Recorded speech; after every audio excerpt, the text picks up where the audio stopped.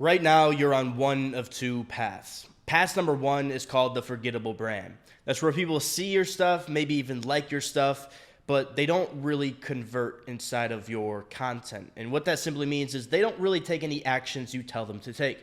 Ask for a comment, ask them to click on this link, ask them to reach out to you, and it's just like a ghost town. Path number two is the intentional brand. And that's where you curate a content ecosystem that intentionally attracts the right person into your audience. And when you attract the right person into your audience, it builds trust. And that person ends up moving forward, taking the actions you ask them to take inside of your content funnel, which is, if you're watching this, ultimately conversion. If you're on path number one right now, then this content course is going to help you get on path number two and stay on path number two indefinitely. If you're just starting out, or even if you have 100,000 followers, this will help you get on the right track to building an intentional audience that will ultimately make you and your business more money. And if you're on path number two right now, then chances are you probably ultimately have hit a plateau where you're not getting more followers, maybe you're losing some, where there's no more conversion happening, you've kind of been plateaued inside of business. And so this content course is also going to help you actually fill in those little gaps that you may be missing. They'll help you start gaining more followers once again and start creating more conversion. This course is not just built on theory though. This course is built on 5 years of social media and online business experience, and also $50,000 of money spent on mentors. So here's what we're going to cover inside of this. Part number one is going to be the mindset. Okay. I feel like this is the most important thing, to pre-frame your mind to consume the information inside of this, because without that, it's not all about how, it's actually especially more about who. And so I want to go over mindset first to make sure your mind's in the right spot to take the correct actions after you watch everything. Part number two is going to be about generating the audience. So this is all about making content, top of funnel content that also has middle of funnel kind of included in it. So you gain the right follow from the right person who will eventually take all of the next steps inside of your content funnel and ultimately convert. Part number three is all about nurturing the audience. So we're going to be going over where to nurture your audience and how to nurture your audience on a daily basis, so you create high value relationships with people who will eventually take that next step you ask them to take, which is conversion, and become a paid client of yours. And the last part of this, part number four, is going to be all about converting the audience. So exactly what to do and where to do it, and also what not to do in order to actually convert a viewer, an eyeball, into a high ticket paying client. And this is upwards of, some people do it $3,000, $4,000, $5,000 per one client with this information. And at the end, we have two of our clients who came on and shared their personal story and exactly how they applied everything we taught inside of this free course right here and made up to $70,000 in 30 days. But they also gained 12,000 followers while doing so. So you're going to be able to understand after you hear everything exactly how these two guys implemented it personally to their personal brands. And by the way, these two guys' personal brands are completely different. One guy is all about sustainably getting in shape. The other guy is all about getting woman and getting jacked as fast as possible. But they were both able to apply this information to gain over 12,000 followers, make $70,000 in just 30 days. And in case you don't know me, my name is Ryan Johnson. 5 years ago, I started to post content online after I lost my sister in a car crash, and I didn't know what to do with myself, so I decided to start improving myself and to use content as a way for kind of therapy and to kind of keep myself accountable on this self-improvement journey. I ended up blowing up online over the past couple of years and built an audience of over 300,000 followers, and now at 22 years old, I have now made over $500,000 with social media. I live in this Miami penthouse that costs $10,000 a month. And besides all that, I've just personally changed my life, and I've helped hundreds of men change their life as well through my coaching. So I've been in this game for a while. I've been in it a lot longer than a lot of people online. You just may have not heard about me because my success has actually been pretty slow, but pretty steady, which is the best part about it. There's not really been a single month where followers have gone down or income has gone down. My success has literally been up and up and up and up and up pretty much every single month, because I'm all about that sustainability. I want to build a personal brand and a business that pays me for like decades and decades and decades, all the way up until, one day I pass away. I'm not in this game for instant gratification. I am in this game for the long run. And so in this free course, I'm going to be sharing with you everything I know to build an audience, nurture that audience, and convert that audience into high ticket paying clients. Now, once we get inside this video, you're actually going to see me going over a whole Miro board. If you want that Miro board, it's going to be down in the link in the description. You can pull it up while watching the video, or you can just have it for you because it's going to really in-depth breakdown everything we're going over, like step by step. And we have 16 content strategies listed out on there with, what to do, what are the tips, what are they good for, what are they not good for, all that good stuff. Top link in the description. I'll leave that Miro board for you. But with that being said, let's get into the 3-hour free course, ladies and gentlemen. Your intention behind everything is most important. This can be a little scientific, but there's something called the reticular activating system inside of your mind. And the way your reticular activating system works is it pretty much tunes your attention, regulates your behavior, and like opens up these certain files inside of your mind when needed. Right. So a great example of this is, have you ever thought like, oh, I need to go get my keys, and you think they're in your bedroom, and then you go to your bedroom and you walk in there, and you're like, wait, what did I come in here for? That's because when you go through the doorway, it's called the doorway effect. Your mind closes down one file and opens up another file, right? And so it's pretty much like wherever your attention is tuned, your mindset's also tuned to that. And so if your intention isn't set right coming into something like this, and especially like each and every single day, you're not going to see the right things. You may even hear something and it may not hit you the way it should hit you to become successful. You know how sometimes you hear something like, bro, that's exactly what I need to hear, right? That's because you were searching for it. But then sometimes you hear something and it doesn't hit you, even though it could be valuable. It's because you weren't looking for it. So your intentions behind everything is so, so, so important. And I want to hear your intentions. Now, I want to first start off being just really real. At the end of the day, everyone on here is on here because they want to make more money. If we're going to be truthfully honest, you are here because you want to make more money. And a majority of you guys did say something along those lines, but some people said something a little bit, well, I call kind of like, it's like virtue signaling, you know? It's like, yeah, money's nice, but really I just want to help out people. Well, yeah, you want to help out people. Money's nice, but really I just want to better my mindset. Yeah, better your mindset 100%. But at the end of the day, you want to fucking make more money. So just say that to yourself. Be truthfully honest. You want to make more money. That's what you want to do. And when you say that to yourself, you start living in reality. If you don't tell yourself the truth that you want to make more money and realize like that's your first priority, then your mind isn't going to be attuned to actually make that happen. All right. You're going to be living in a false reality. So you're never going to make more money. And I'll tell my intentions straight up with why I'm doing this. These are my intentions with why I'm doing this live class. You want to hear it? Who wants to hear it? Who wants to hear my raw intentions behind why I'm doing this? You guys want to hear my raw intentions? Let's hear it. Okay, I got you. So I have two intentions behind this. Number one, for all of you guys who have been seeing me and you've been interested, you're like, Ryan could seem like a good mentor. I want to make more money. He could help me out. But you're just not quite sure yet because, this industry can be a bit shady at times. We all get that. I've been there. My first intention is to present to you guys who possibly do have the money and who really want to scale up their fitness coaching business, present to you guys my level of expertise. That's the biggest thing. Actually show you guys I know what I'm talking about. My other intention is to give you guys inside the audience who maybe aren't at that spot yet where you can't really invest into a mentor, but it's something you want to do and just give you the information you need to start figuring out and making some money so one day you can invest. Right? Those are my two intentions. Give the free information to people who are, let's be honest, they don't have enough money to actually materialize things in life fast enough. Give you the free information so you can start making money. I want you to make money. I want to make money. I want you to make money. And the other one is like to present to you guys who are in a good spot to actually make something happen and move fast, my level of expertise. Those are my two intentions. I'll be straight up honest. The reason I'm saying that is because when we're real with our intentions, we can actually make things happen. If I was to sit here and be like, guys, I don't want to make money. I just want to give you free info, then I'd be living in a false reality. And none of us would make any progress. I'm here because I want to make more money. You guys are here because you guys want to make more money. So let's make that apparent that we want to make more money, right? And life isn't all about money, but at the end of the day, it is. Your highest desire may not be money, but your highest desire may be bodybuilding, which requires a lot of money. You guys have seen I put on like 30 pounds of size the past 6 weeks. How was I able to do that? Because I have a lot of money to make certain things happen. I just paid $1,000 yesterday for somebody to train me once a week. This guy's amazing. He's worked with like Steve will do it, Bradley Martin. He's been in the industry. This guy's amazing. He charges 250 per session. And I'll tell you what, he fucking makes your body sore for like 3, 4 days.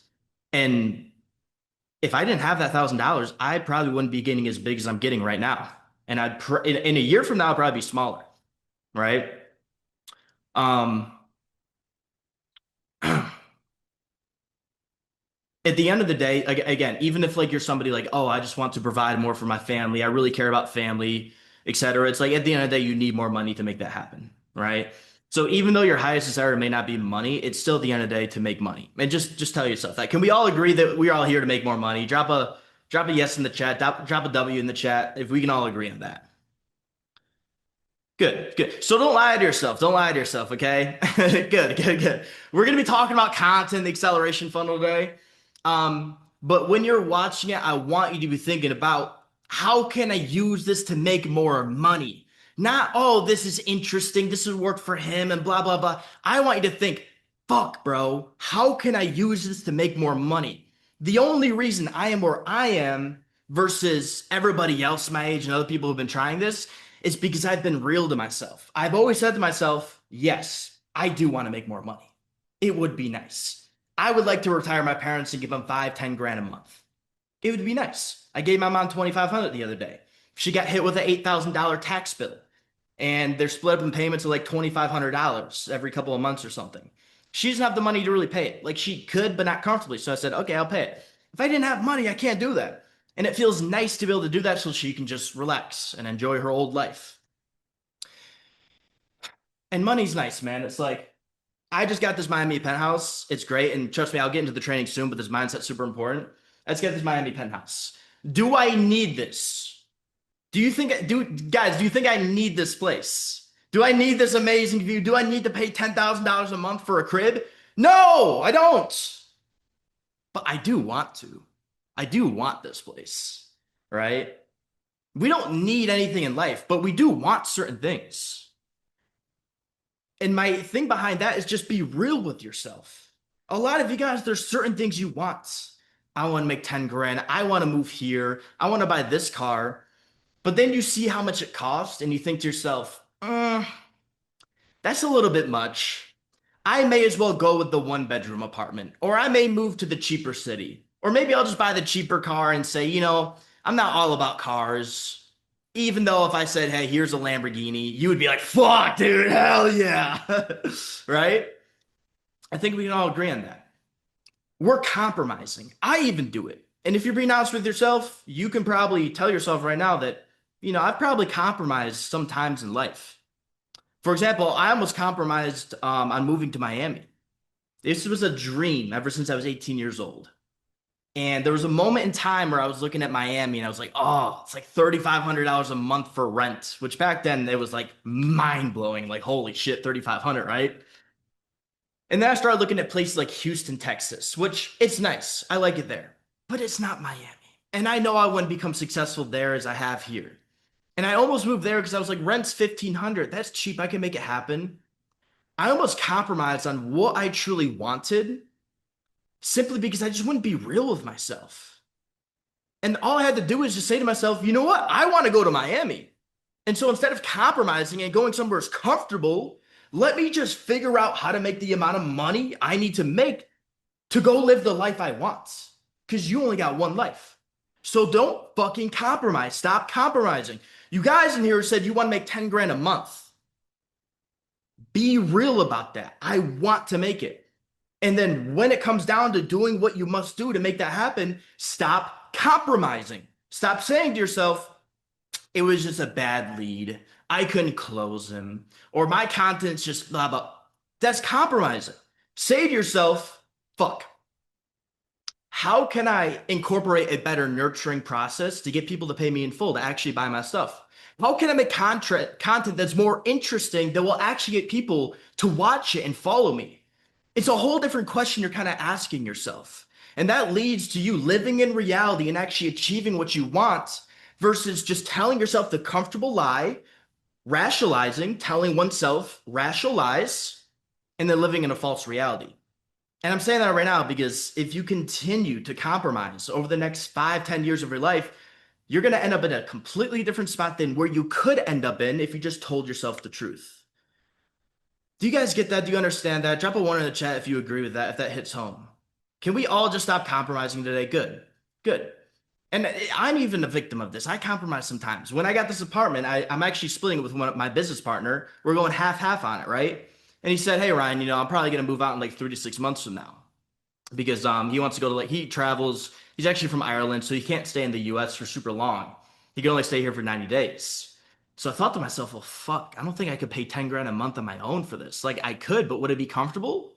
No. And so I started thinking, well, what am I gonna do when he leaves and we're not splitting rent? I'm gonna have to, break the lease and go somewhere. And I was like, fuck, I'm compromising. Why don't I ask myself a better question? How do I get to the spot where I can comfortably afford just 10 grand a month? How do I do that? And then you live in a reality. You tell yourself the truth, and that's what you want, and then you figure it out. I got a couple notes I'm reading down here. There's a couple more things I want to go over before we get into it. And so this is all about stacking mental frameworks that work in your favor of your success. The whole thing about stop compromising and start telling yourself the truth, that's just one mental framework, right? But stack multiple mental frameworks in your favor. So a lot of you guys are on here because you want to make five, you want to make 10K a month. Maybe you're like between that and you want to make more, right? But the key word inside of all that is I want. I want to make more money. And everything in life is realistically a want. All these things, like I said, this apartment's a want, this watch is a want, my car's a want. It's not a need. I don't need it, but I want it.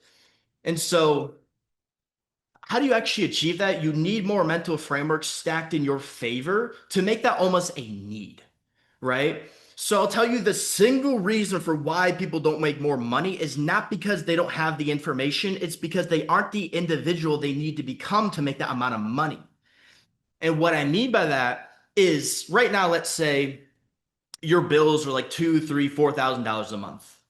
That means if you're making two, three, $4,000 months, you're pretty much fine. You'll do fine. You're not gonna fail. You're not gonna go broke. You're fine right there, right? It'd be completely fine if you don't make more money. And so if you're in that spot right now, but you want to get to 10, then that means you need mental framework stacked in your favor where you need to make 10. And so why do you need to make 10 is my biggest question. And think about it really quick, and then I want to hear from you guys. All right. But if you're here because you want to make 10 grand a month, which in the grand scheme of things is nothing, all right? But if that's your first starting spot, like that's like checkpoint number one. Why do you need to make it happen? Because right now, for most of you guys, it's probably a want. And the last thing I want for you guys is compromise on your journey there. And I want that to become a need. I need to. So what? I'll tell you what got me to 10 grand a month. A mentor helped me out 100%. But I came out to Miami and I saw this place and I saw the apartments and I actually went inside of my first one. I went on a tour and I saw the place. He said it's 3,250 a month and you need to show 3 times the amount of income for 3 months for us to approve you. And so I said, fuck. Well, now I need to make 10 grand a month in order to move to Miami. I need to make 10 grand a month in order to achieve this dream, which I really wanted.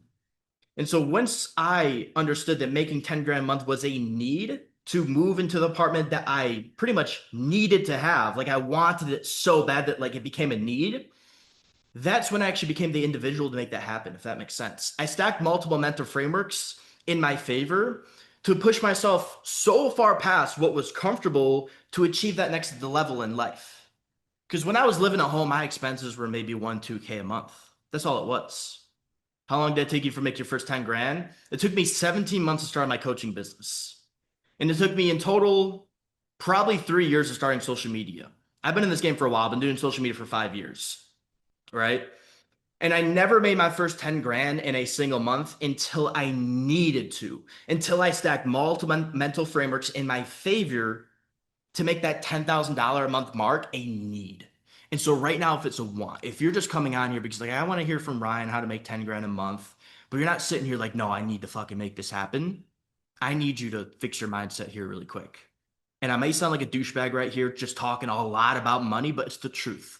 At the end of the day, I don't care what your highest priorities are. Everyone is different. Some people have different priorities than others. But at the end of the day, money makes every single decision in this world.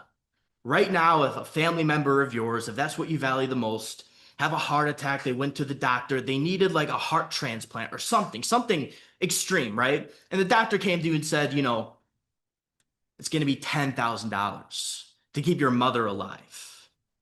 Do you have that and you don't have that money? What's going to make the decision if your mom stays alive or doesn't?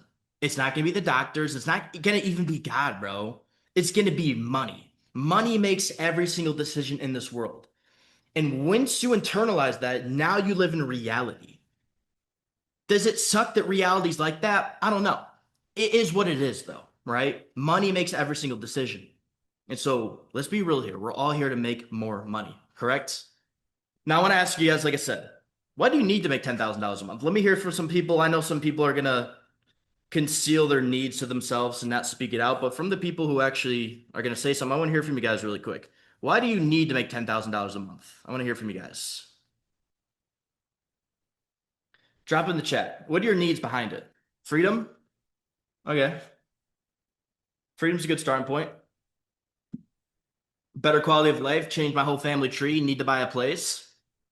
It's pretty good. Dad selling house, no savings and debt. Want to buy a house for my dad eventually. Mom lost her job. That's a good one, Max. That's a really good one. Avoided working my life away for somebody else. Pay debt, lifestyle, location freedom. I have to prove people wrong. Provide to my family, freedom, better food, better place to live, better, okay. Family money, be the man for my family. Want to get there fucking ASAP. I love it. Now, these are really good, but I need you to attach all of this with actual numbers, right? Because, like I said, when I explained the analogy of wanting to get my apartment, as soon as I figured out that I needed 3 months at $10,000 a month, is when I finally hit 3 consistent months of $10,000 a month, right? All of you guys, you just list out your desires and why you want to make more money, right? But I need you to attach a thing to it. So, my mom lost her job. Okay, so what I would say to myself, Max, is my mom lost her job. How much money do I need? How much money does my mom need? What are the bills? Figure it out. My mom needs 4K, I need 2K, whatever. Okay, that's 6K. So I need to make 6K. Right? Once you actually attach numbers to your goals and you can like figure it all out inside of your mind, now it's real, bro. Right? So if I want to go to the next level in my income, and all that takes is just more mental framework stacked to my level, I think to myself, well, okay, and this is just an example. Okay, I've been stuck at 30K a month, for example, right? This is an example. This is not real. But let's say I've been stuck at 30K a month. What I would simply do is ask myself, why have I been stuck at 30K a month? And if I actually took a deep look at my finances, I would probably see that right around 30K a month is just enough to support my lifestyle and the little needs I have, right? And if I want to get to 60, then what I would do is I sit down to myself and I would set next goals. Retire my parents, 5K to my mom, 5K to my dad. Okay, now I need to make 40K a month. Okay, what's next? Maybe I want to buy a Lamborghini yours. Okay, how much does that take? Well, it takes $5,000 a month in car payments and insurance. Okay, so now I need to make 45K a month.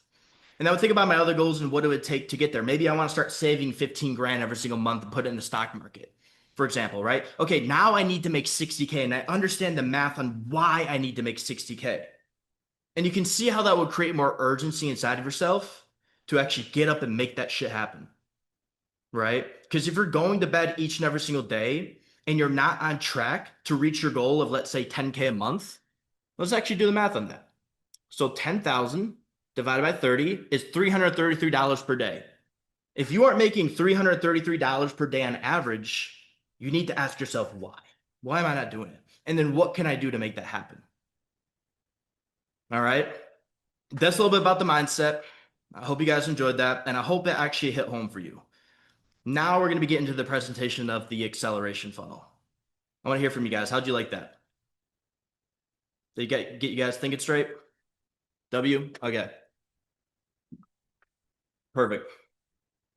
Perfect. So I have a Miro board presentation today. Typically we were doing the Gamma presentations, but we have the Miro today. I'm going to share you guys the Miro board after this. Once you see the Miro board, you'll see how in depth actually it is and how much value it provides to you guys. So, and once again, save the Q&A till the very end. Put your phone on Do Not Disturb, grab a notepad, and let's get to it. Okay. Oh, wait, we're not sharing. We are presenting. All right. Can everyone see the screen? Want to make sure you got good energy. W, thank you, Bald. You got to have good energy, man. Success is literally determined by your vibrational energy. That's all it is. Okay, you guys can see it. So, in today's presentation, we are going to be exposing how these two fitness coaches in their 20s made $69,450 in 30 days selling high ticket fitness coaching. These are my two clients, Ari on the left, Andrew over on the right. I've been working with Ari for a little over 90 days. He came to me pretty much at zero. From the original math that he told me, he said he was spending around 2K a month on ads and he was returning around 3K a month making money. I don't know how accurate those exact numbers are, but pretty much he was like at zero. He wasn't doing much. He had like 3,000 followers as well. He spent like 7K on a mentor. I'll go into it all, but he's in a very similar position, like probably a lot of you guys. And then Andros over here, he had a little bit of a coaching business going. I think he was maybe like 4 to 6 months into it. He had like 8,000 followers when he came on, and he was just moving to Miami at the time. His the month he joined on, he was doing around he did around $4,000 that month. And then we got him to 10 the month after, and then last month right around 25. So, and then Ari last month did like 44,500 or $44,500, something like that. So collectively, they did a shit ton of money last month. And today I want to break down the acceleration funnel.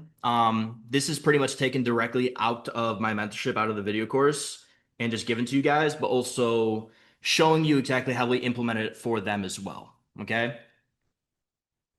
So yeah, these two case studies, Ari made a little over $39,000 in 30 days, and Andrew made a little over $24,000 in 30 days as well. Ari was working a 9 to 5 office job when he joined on. I think he was actually working like 7 to 3 every single day.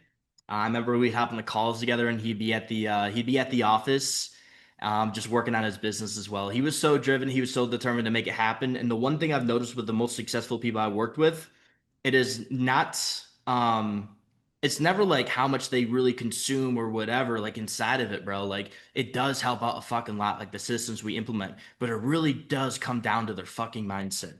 Ari was like, I need to make this happen. Our first call, it was him just like pouring himself out for an hour. He was just talking and talking on why he needs to make this happen. And I've recognized that in every single person who's, gotten over $10,000 a month. It's a need. It's not a want. It's not like, oh, it'd be cool to make 10,000. It's like, no, bro, I need to make it happen. Like I need to become successful. And so that's why I wanted to have that first mindset talk with everybody at the very beginning, because I want this to be a need, not just a want. Because as soon as it becomes a need, you will make it happen. And then Andrew over here, he was like really up and down with his coaching business. Like he's been up in income, he's been down in income, he's been up in income, he's been down in income. So he hired his first mentor, which is me, and we've been consistently scaling him up pretty well.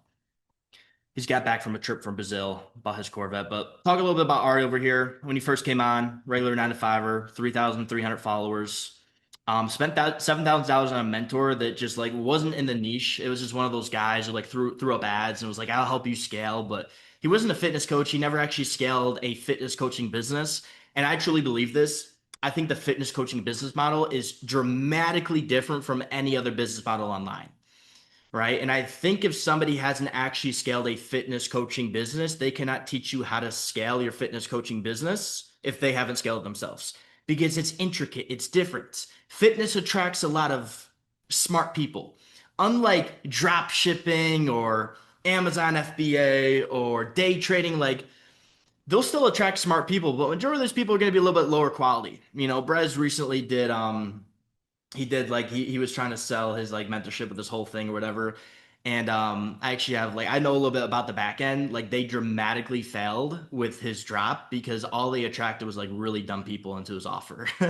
So I'm just saying that like fitness has a lot smarter people inside of that. And that's why you need a mentor who scale a fitness coaching business. But yeah, he was getting nowhere because he was spending his entire paycheck on ads. And then this is like our initial conversation. I just made a story post literally just talking about that. I was like, you guys got to be dumb for investing in mentors who've never scaled a fitness coaching business. He's like, bruh, I'm in this 7K mentorship from a nerd who doesn't even specialize in fitness coaches. He just spoke to my whole situation pretty much. That's nuts, dude. Um, because I was in that same exact situation. I dropped 7K on somebody. I won't call him out, Grayson Lupus, from an ad when I was out in Thailand, like 6 months into start my coaching business. I got in the program, and after one day, I was like, This stuff is not good, bro. Literally never got back into it again. It was just so bad, dude. The video modules were like 3 to 5 minutes long of just basic information. So it was a waste of money. That's what I went through, and I just discussed my exact situation. That's Ari was like, "Yeah, dude, I'm going through that as well." And within 30 days, we scaled him up to $10,000 a month. Literally within 30 days, he just fucking skyrocketed. And then Andrew over here, this is where he came in. This is the original screenshot I have. I thought he had like 7,000, but I guess he had 8,700. Not sure, but this is from our initial Fathom recording. He was doing about 4K that month before implementing the acceleration funnel. And that's just what they achieved over the next couple of months. But here's what to expect today. So, complete breakdown of the acceleration funnel. Okay, this is the content funnel that I run that helps you gain views, like actually go viral, while nurturing those people who are coming into your, content ecosystem and then converting them as well. It's really simple to grow a following, but then kind of lack on conversion. And it's also really simple to like not grow and focus a lot on nurturing, if that makes sense. If you've been doing social media, you understand what I'm saying. But it's really easy to do one or the other. It's really easy to grow if you're just so heavily focused on growing, and it's really easy to convert if you're just so heavily focused on converting. But a lot of guys are in the situation where it's like you want to make money as fast as possible, but you also need to grow your audience while doing it. And that's why the acceleration funnel is going to help out because it's going to help you grow your audience while converting. Andrew and Ari, they've both grown over 6,000 followers the past couple months while also increasing their business income, which is, it's tricky to do. Not a lot of people can actually make that happen. Um, so this is the exact content system that has made me over $500,000, which is fucking unbelievable. And Andrew and Ari have made over 69,000. Real case studies of how they implemented the system. When I'm breaking it down, I'll show you exactly how they implemented it personally. Proven social media growth and client acquisition strategies. This is pretty much what all this is like how to grow online and how to acquire clients. At the end, we'll have the Q&A, give away the free playbook, which is this entire Mauer board you'll be seeing, and $1,000 cash prize if you stay to the very end. This is everything we'll be going over, so make sure you stay. Now, why this matters, if you're on this call right now, you're exactly where my clients and I was just a couple months ago, stuck below $35,000 a month. And that could be in your business, but that can also be just like with your job. And I want you to understand one simple thing. It doesn't matter at the end of the day, really what business you choose or whatever you do in life. Making more money literally just comes down to your mindset and gaining leverage. That's the biggest thing. I'm going to talk a lot about mindset inside of this, but all the acceleration funnel is going to do is help you gain leverage. But still, if you don't have the right mindset behind it, you're not going to break past it. That's why I talked about the whole mindset at the very beginning. Because some of you guys, you may replace your income with online fitness coaching, but you still may make the same amount of money you're making at a job. And that's still not good enough, in my personal opinion. Because that's where I got stuck for 17 months. Somebody asked, like, how long did it take to make your first 10,000? It took me 17 months. Why? Because I was comfortable at $35,000 a month. It was plenty enough to live at home with my mom, bro. Plenty enough, dude. And that's why I got stuck there. It wasn't until I stacked mental frameworks in my favor that I made more money. And that's what pushed me to actually gain more leverage online.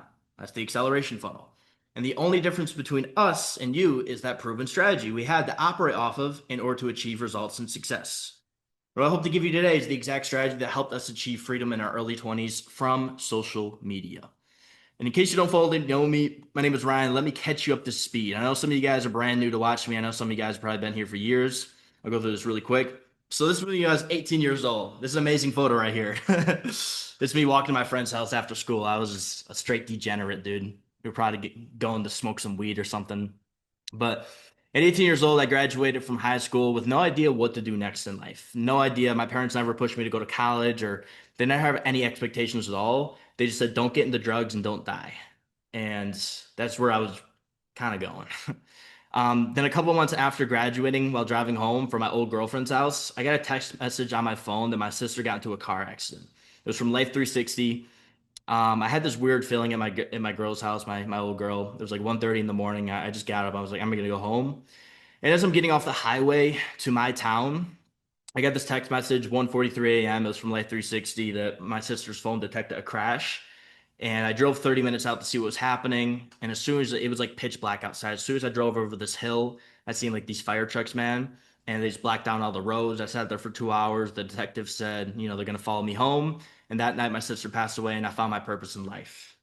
The reason I found my purpose in life is because I was going down a similar bad path that she was going down, and really my entire like family was really going down. Like I don't come from the best family, man. A lot of drugs, a lot of fighting, a lot of bullshit. So when that happened, I just kept playing a couple visuals through my mind. You know, when I was 11 once, she turned around in the car and said, "Ryan, you're gonna have to be the change in this family." And I still remember the memory like it was clear as day because it hit me at the time, but it never became super important until she passed away.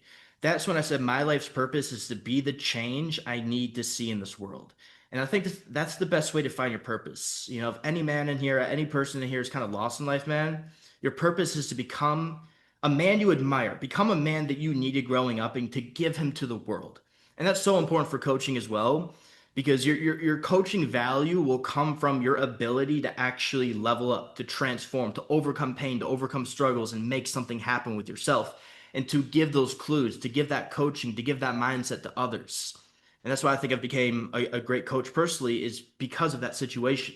And I think a lot of you guys here, maybe you're even going through struggles right now, but you probably don't have the best background either. There's something you struggle with, right? And I want you to understand that's what will make you powerful. My purpose was now to become the change my family needed, and I started to drop all the bullshit and self improve myself at 18 years old. At 20 years old, I stepped on a bodybuilding stage for the first time. And during this 5 month long prep, I was posting my fitness content on Instagram. So yeah, I got cheated on, man. I was flipping burgers for 15.50 an hour. I looked in the mirror and I was like, dude, I gotta change this physique, man. It was like 193, but kind of like fat at that. So I was like, all right, I'm gonna do a bodybuilding show. I'm gonna hire a coach because I just need to change. I've been training forever. I've been seeing no results. So this is what I'm gonna do. And during that 5 month prep, like I said, I was posting the fitness content and I ended up just like blowing up online. This was like 2 years ago. I gained over 130,000 followers. And a couple days after that show, I posted my first fitness coaching call to action.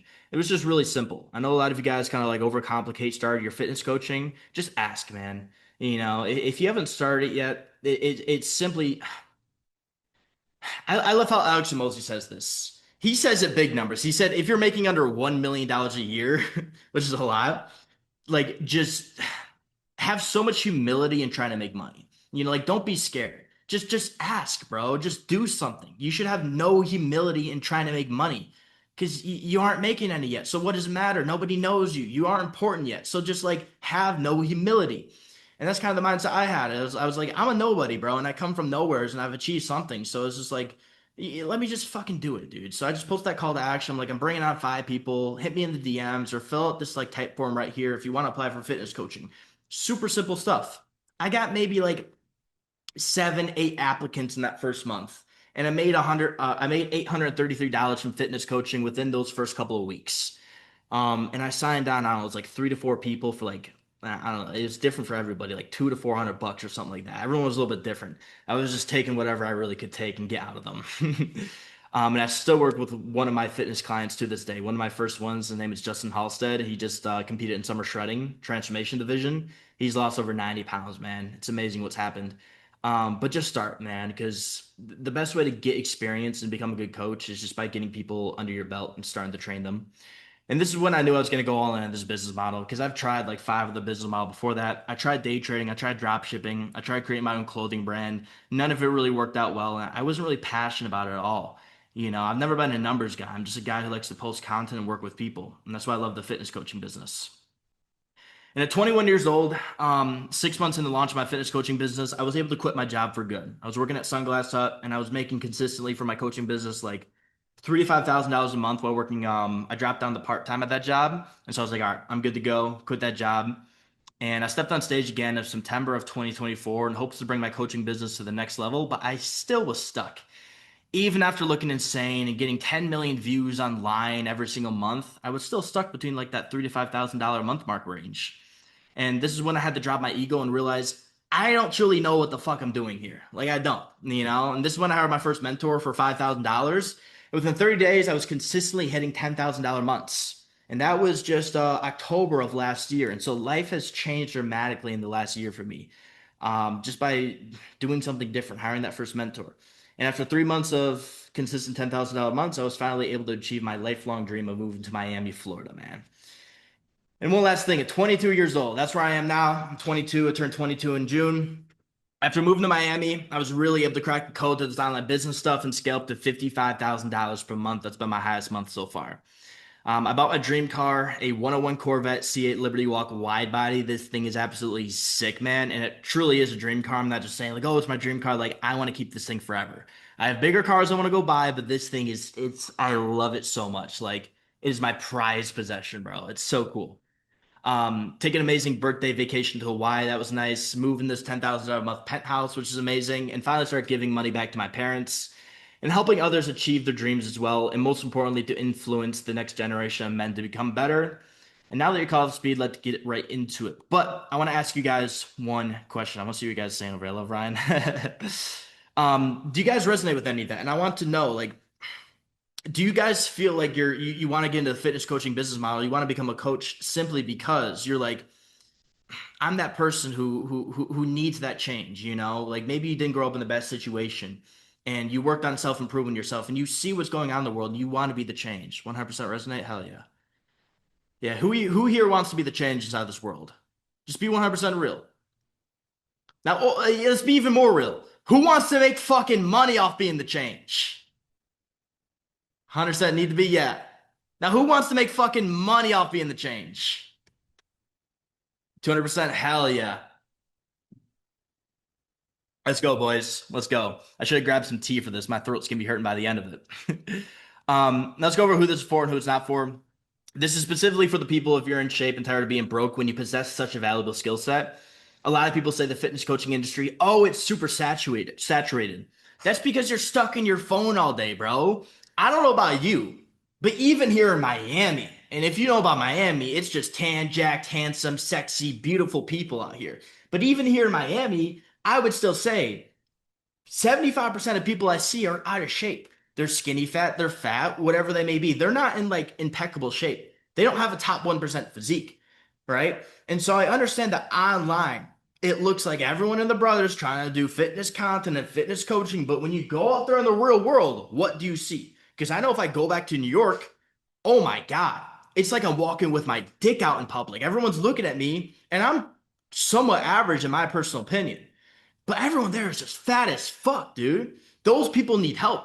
They don't want to be fat. They truly don't want to be fat. They just don't understand what to do. They don't have the mindset. No one's ever inspired them.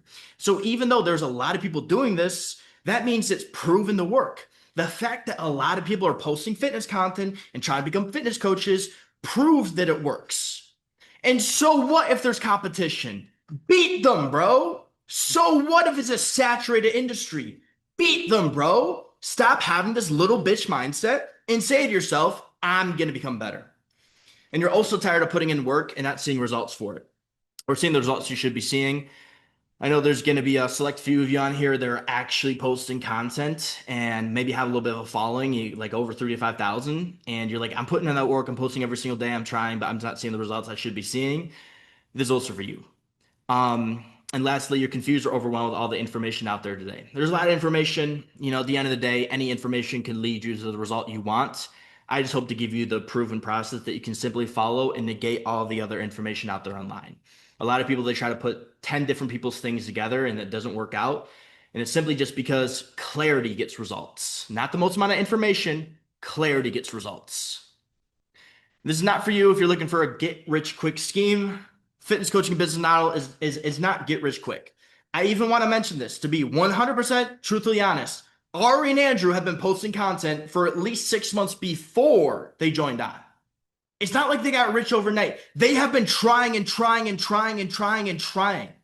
They have proven to the universe that they wanted this.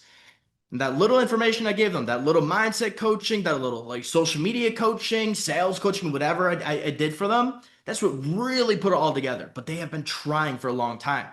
It's not like overnight something just magically happened. I don't want you to think this is a magic get rich quick scheme. Okay? You're unwilling to invest in yourself and take action. It's the biggest thing as well. Don't compromise, man. Definitely don't compromise. And you're comfortable in an uncomfortable situation. And that simply means you have compromised with your current situation. You're like, you know what? Living at home's not bad. You know what? This little apartment in this one city when I would like to be somewhere else isn't bad. You know, oh, this car I drive it isn't bad. It gets the job done. It gets from A to B. Yeah, I'm happy 100%. But at the end of the day, you probably still at times look at people online, you're like, I would fucking like that lifestyle. Let's be real and tell yourself the truth. Because as soon as you just live in reality, bro, is as soon as you can actually start making real progress. You cannot make progress in a false reality. And a false reality is when you're lying to yourself and you're concealing your true intentions to this world. When you open up about your intentions and you say to this world, you know what? I want a fucking badass car. You know what? I want a fucking badass apartment. You know what? I want a badass life. That's when you can make progress. And that's when you get uncomfortable in your uncomfortable situation. And again, I may seem like a douchebag right here, but that's the harsh talk I needed when I was back living at home. I needed something to say to me. You know what, Ryan? Stop fucking compromising and live at home. You want to go to Miami? Make it fucking happen. Stop being a bitch. Here's my core promise to you today, okay? Imagine your bank account finally matches the shape you're in. Once again, if you have a top 1% physique, why should you not be making a top 1% income? Which, if you're over 20, is going to be over like, I don't know, six figures a year. I think it's over like $120,000 a year. If you have top 1% physique and you're over like 18, 19, 20, you should be making over $120,000 a year. Um, Imagine this also, you're running a $10,000 a month badass coaching business and you have full control of your life and the freedom you've always wanted in life. In today's class, I'm going to give you everything you need to achieve that. Can we all agree that we want a life like that? Can we all agree that we're going to stop concealing our intentions and go after what we truly fucking want from this world? Because that's the most important thing. Bro, I don't even know one online coach personally. Yes, I love to see it. Good. Good. Tell yourself the truth and tell other people the truth. Don't even conceal your intentions online. When it comes to posting your content, tell people in your audience, yes, I want to make money. What's wrong with it? Because that's when you actually attract buyers, not buddies. Buddies are the people in your audience that's like, oh, he's just trying to make me happy and inspired. No, you want to make buyers. You want people to take you seriously. The best people who buy your coaching are be people like, I know you want to make money and I want to get in shape. So I'm going to trade you money and you're going to help me get in shape. When you stop concealing your intentions, you actually build a lot more trust with people in your audience. Right? So make it clear to people what you want. If you watch that part 2 video I dropped yesterday, typical influencers just like, oh, guys, just get in shape. The badass influencers like, guys, we're gonna get in shape. We're gonna make a fuck ton of money. We're gonna date the baddest woman. We're gonna live the badass life. Like, this is what we're gonna do. This is what I want to do. Are you guys with me on this journey? And by opening up about your true intentions, people actually really fucking like you now. Yes, you'll have a lot of haters. Yes, you'll have a lot of people that unfollow you, which is fine because they had a false opinion about who you actually were. And as soon as you became real, they're like, I don't like this guy. That's fine. Those people were never going to put food on your table either way. Doesn't matter. So be truthfully honest with the world. Why is learning about the acceleration funnel the best investment of your time today? So if you're just starting out, the acceleration funnel will help you 35 times your social media growth. But this just isn't about gaining random followers. It's about gaining the right following that will eventually be applicable to buy from you. That's the biggest thing. Even when it comes to that content that's going to make you go viral, you still want to make sure you're getting the right following off that. Also, the sooner you start, or also the sooner you want to start making money online, the sooner you need to start building the high value relationships with people in your audience. And that's what the acceleration funnel will help you accomplish. The whole idea behind this funnel is to go viral, start building high value relationships with those people in your audience who truly resonate with you and convert with them. And if you just need help scaling, this will also be worth it for you. So if you already have a bit of a following of 3,000 to 5,000 followers, but you just can't seem to convert enough eyeballs into book calls, then the acceleration funnel will also come in handy to help your audience finally gain awareness around these four pillars of marketing. Who are you? For example, let's say your name is John. Who is John, bro? Who is he? What's his story? What does John do? What does his coaching business do? What does he do in life? Why did you do it? What's the story behind why you got into coaching? What's the story behind this direction you're heading in life? What's your story? And how do you do it? How do you actually transform yourself, transform your clients? How do you achieve these results in life? Right? Who you are, what do you do, why do you do it, how do you do it? Those are the four pillars to marketing. Like I said, which are the four pillars of marketing to turning eyeballs into high value relationships. If you can heavily educate your audience on those four pillars, who you are, what do you do, why do you do it, how do you do it, that's when you actually build high value relationships with people in your audience who truly understand you. They have high awareness around you, and those are the type of people who are going to buy from you. Does that make sense? Does that whole awareness levels make sense? Paul, fuck the haters. Yeah. Who you are, what do you do, why do you do it, how do you do it? Exactly, Von. Does that make sense though? If you educate your audience on who you are, why do you do it, how do you do it, and why you do it, that they will turn into buyers because now they get it. Now they understand it. Absolutely. Let me hear from you guys. Only a couple of people commented. Drop a one if that makes sense. Drop a two if that's not making sense. One, perfect. Perfect. Okay, if a question comes to your mind, write it down. We'll answer at the end. Makes sense? Okay, awesome. I want to make sure. So here's the acceleration funnel overview, and then we'll get into it. There's three parts to this. There's generating the audience, which is actually growing online. There's nurturing the audience. That's building those high value relationships with people. And then there's converting the audience. That's actually getting the people you've built those high value relationships with to actually take action, join your coaching, trade knowledge for money with you, if that makes sense. So we'll go over number one first, which is generating the audience. So when it comes to generating the audience, we're going to be making top of funnel content. Okay. Top of funnel content is viral content. That stuff that hits the For You page and just goes haywire, man. You wake up the next day and it's at like 50, 100,000 views, and you're like, holy shit, everyone's talking about me, you know? That's top of funnel content. And that's what you need to understand in order to generate an audience. If your personal brand isn't growing, then it's dying. There is no stagnation in life. There's nothing that stays the same. Nothing in this world stays. And so what that simply means, if your audience isn't growing, then it's dying. Realistically. Because at the end of the day, if you aren't gaining new people inside of your audience and you're staying the same, then you're actually losing awareness with people in your current audience. So you need to be growing each and every single day online. So the whole goal of top of funnel content is to grab attention and attract the right audience to just get a follow, a like, a save, or even just see your face. That's the most important thing. Is people just have to know that you exist. That's what top of funnel content does. Is it gets that first piece of video on somebody's For You page where they see you for the first time. Even if they don't fall off it right away, fine. That's fine. They seen your face. Maybe they liked it. And what the algorithm will do is it will push out more of your content to that person again. And on average, it takes around 5 to 10 pieces of content for people to actually drop you a follow. Right? So if you guys are struggling to get follows, it's because you don't have enough top of funnel content. People just haven't seen you enough to the point where they're like, you know what? I've seen this guy. Let me just finally drop him a follow. Or let me check out his page, see what he's all about. And they look at it, they like it, and they drop a follow. Right? You need to be gaining followers each and every single day. So that means top of funnel content. This content's going to target a cold audience, so people who don't really know you yet. And the content style is going to be like entertaining, relatable, viral, inspirational. You can even call it identity driven type of reels.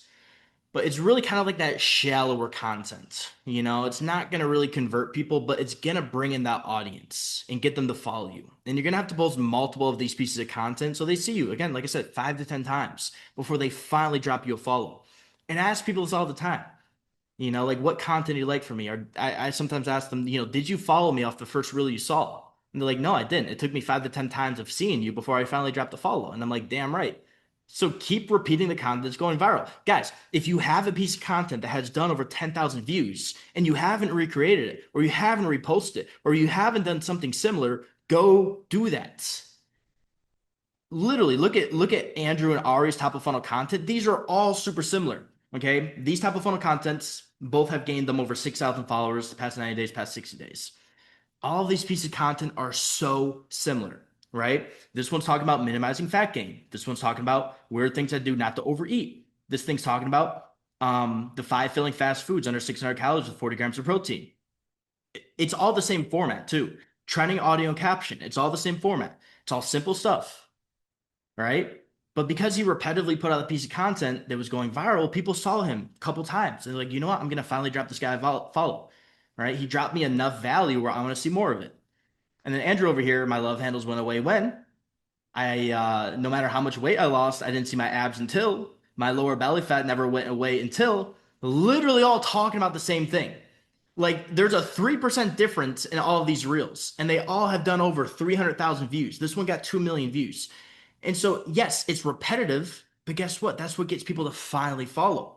That first call I had, I remember he was like, I just can't seem to figure out how to grow. And I'm like, bro, the content right here that's gone viral, just redo it. He's like, well, it's not going to be too repetitive or something like that. I'm like, no, just repost it. And as soon as he started reposting more of his viral content, his followers just went up and up and up and up.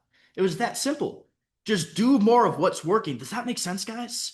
Does that help anybody like get over that kind of like a lot of people are into that. Like, what if I'm too repetitive? What if I repeat myself? Does that help you guys out? Repeat successful actions. That's how you scale. That's how you become successful. Repeat successful actions. That's all top of funnel content is. It's finding what works and doing it over and over and over. Does that make sense? Drop a one in the chat if that makes sense. Drop a two if you want to go over that. One, okay, perfect. I want to make sure you guys are getting this. So we're gonna dive a little bit deeper into top of funnel content. First, we're gonna talk about content market fit. So content market fit is all about finding that top of funnel content, right? So now that we understand, if we want to generate an audience, we got to find top of funnel content. That content goes viral, and we got to repeat it over and over and over again. Maybe we got to post something like this every other day, maybe even every single day, right? But how do we figure that out? If you haven't found it out, it's all about content market fit. So here's the guide to fast tracking your growth online, content market fit. What is content market fit? In business, you test products with people to see what sells consistently, right? That's product market fit. Content market fit is you test topics and formats until your videos consistently hit 5 to 10,000 views per video or even higher, right? You're trying to find what ingredients inside of videos work, right? What's the right mixture putting together in content that works? That's all you're doing. You're testing different topics, you're testing different formats to find something that does 5 to 10,000 views, and then you're doing it over and over and over and over again. The way I was able to go from 8,000 to 138,000 followers in like 4 or 5 months is I just repeated successful actions, man. I found content that did well and that's reposted every single day, man. I reused the same viral clips that did well. I maybe changed the format just a little, but I was keeping topics the same. Or I found topics that did well and I just changed the formats just a little, right? And then all my videos, they were doing like over 50,000 views every single day. So that's the whole thing behind it. Those are the two core building blocks to every single video. It's what's the topic behind it and what's the format. And the breakdown topic is pretty much just like what is the video about? Are you talking about losing your love handles? Are you talking about getting jacked, tan, handsome? Are you talking about gear? Are you talking about holistic healing? Like what are you talking about, right? What you should do is you should do a content audit. Go look through your content right now or like after this, right? But what I tell everyone to do and what I do for them is I look through the content and we look for the topics that are doing well. What are the little messages, core ideas, or even keywords that are doing well? And we want to identify those because those are winning topics. And then we look at the formats, right? What type of formats do well? Is it green screen with overlays? Is it talking head monologues? Is it vlogs with B-roll and voiceovers? Is it trending audio and caption formats? Like what's doing well? And as soon as we find the topics and the formats doing well, we put them together and we have viral content. Is that making sense now? How to get viral content? Drop a one in the chat if that's making sense. We're gonna go a lot more in depth in this. Does that make sense? Yeah, it's all about the topic and the format, man. You want to find the topics and the formats that do well. Now, here's a step-by-step framework to finding content market fit fast. It's super simple. Study your niche, man. If you're super lost on content and if you don't have pieces, if you don't have like a whole bunch of posts to go look back on, like if you have over like 50 posts maybe, and a couple of them did better than others, then all you got to simply do is go look at them and ask yourself, well, what was the topic and what was the format of this video? And then do more of that. But if you're not that spot yet, then go find, the top 5 creators in your space, right? Go look at the people you look up to, personal brands that you would almost trade with, maybe like Higher Wellness. Like Higher Wellness is great, bro. I love his personal brand. Like I love his content. Perfect. Go study him, right? Look at their top 5 videos and break each one down. What's the topic and what's the format? What are they talking about and how are they presenting it? And then steal a little bit of it.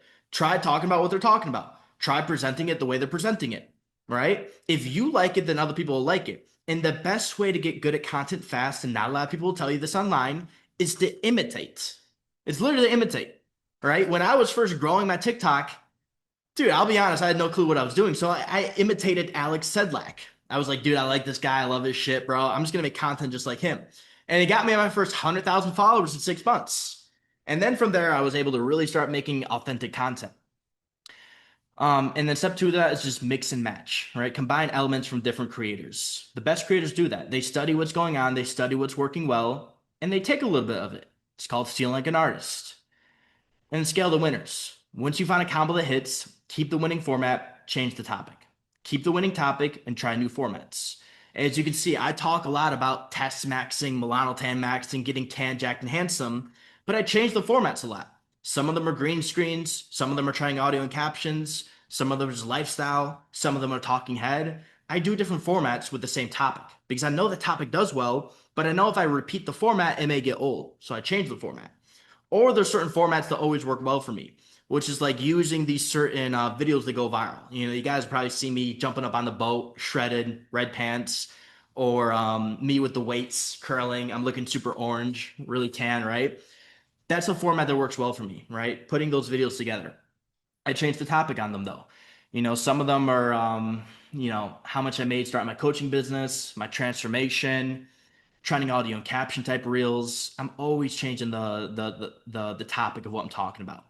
And that's how you're able to mix and match content that does well, topics and formats that do well to create new content. And that's how you're able to consistently get content out there every day. Because I understand the struggle of just some days not having time. Even as a business owner, bro, I'm working like 12 hours some days.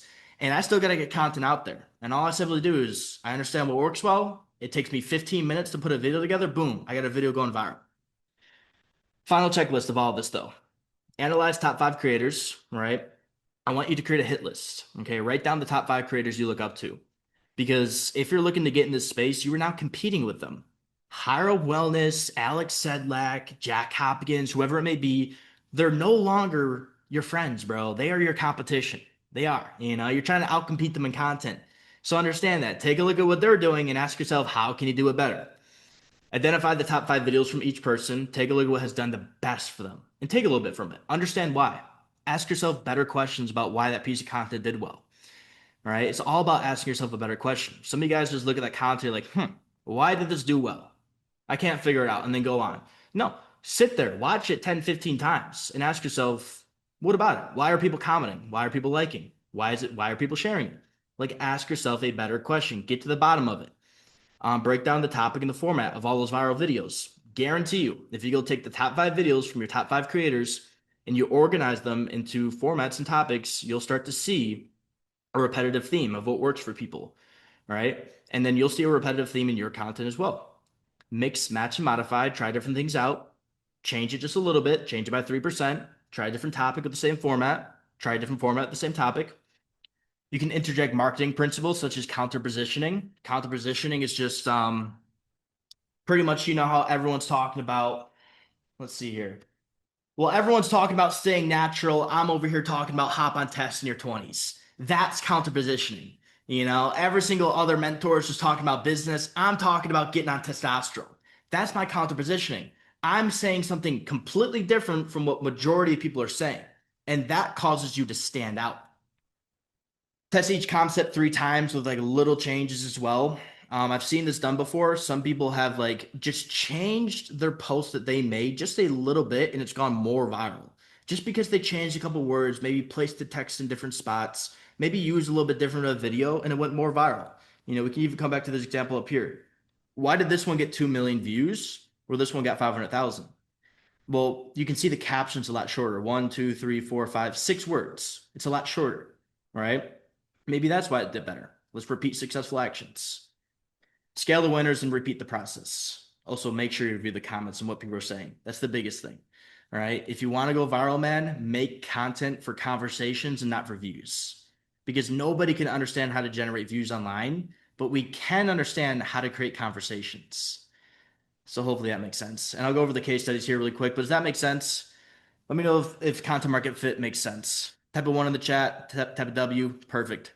Conversation for viewpoints, 100. Let's go, Zachary. Let's go, Von. W, awesome, awesome, awesome. You guys are getting it. I love it. So here's Ari's content market fit. You can see these 3 videos I took, right? 40,000, 200,000, 500,000. So topic of that's minimize fat gain, format to trending audio and caption. Topic of this one is overeating, format is trending audio and caption. Topic right here, low calorie, high protein cheat meals, format, trending audio and caption. These are the videos that are going viral for him. So what does that mean? We're going to talk more about how to stop overeating, how to minimize fat gain, low calorie, high protein cheat meals. We're going to talk more about that, and we're going to use similar formats to continue growing his audience, right? For his top of funnel. Same with Andrew. What are the topics that are doing well? Losing your love handles, getting six pack abs, losing lower belly fat. The format's all the same, trending audio and caption. So we're going to post more trending audio and captions with little subtle differences. We're going to use little different captions.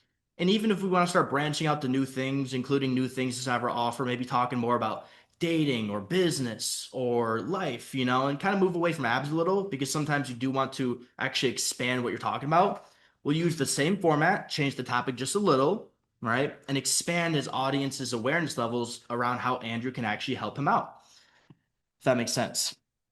But we can just identify, okay, what's working well and do more of it. So it's like at the flip of a switch now, we could probably gain 5,000 followers in a single month if we just double down every single day on this content market fit. And that's very empowering. So let's break this down now. Okay. We're going to go over topics and we're going to go over formats. So this is pretty much content ideation. So to come up with a good topics, you got to clear an idea. When it comes to content ideation, I typically like to think to myself, what should I post today to move my personal brand ahead? And I might have to sit there for a little and think about it. May have to go take a walk.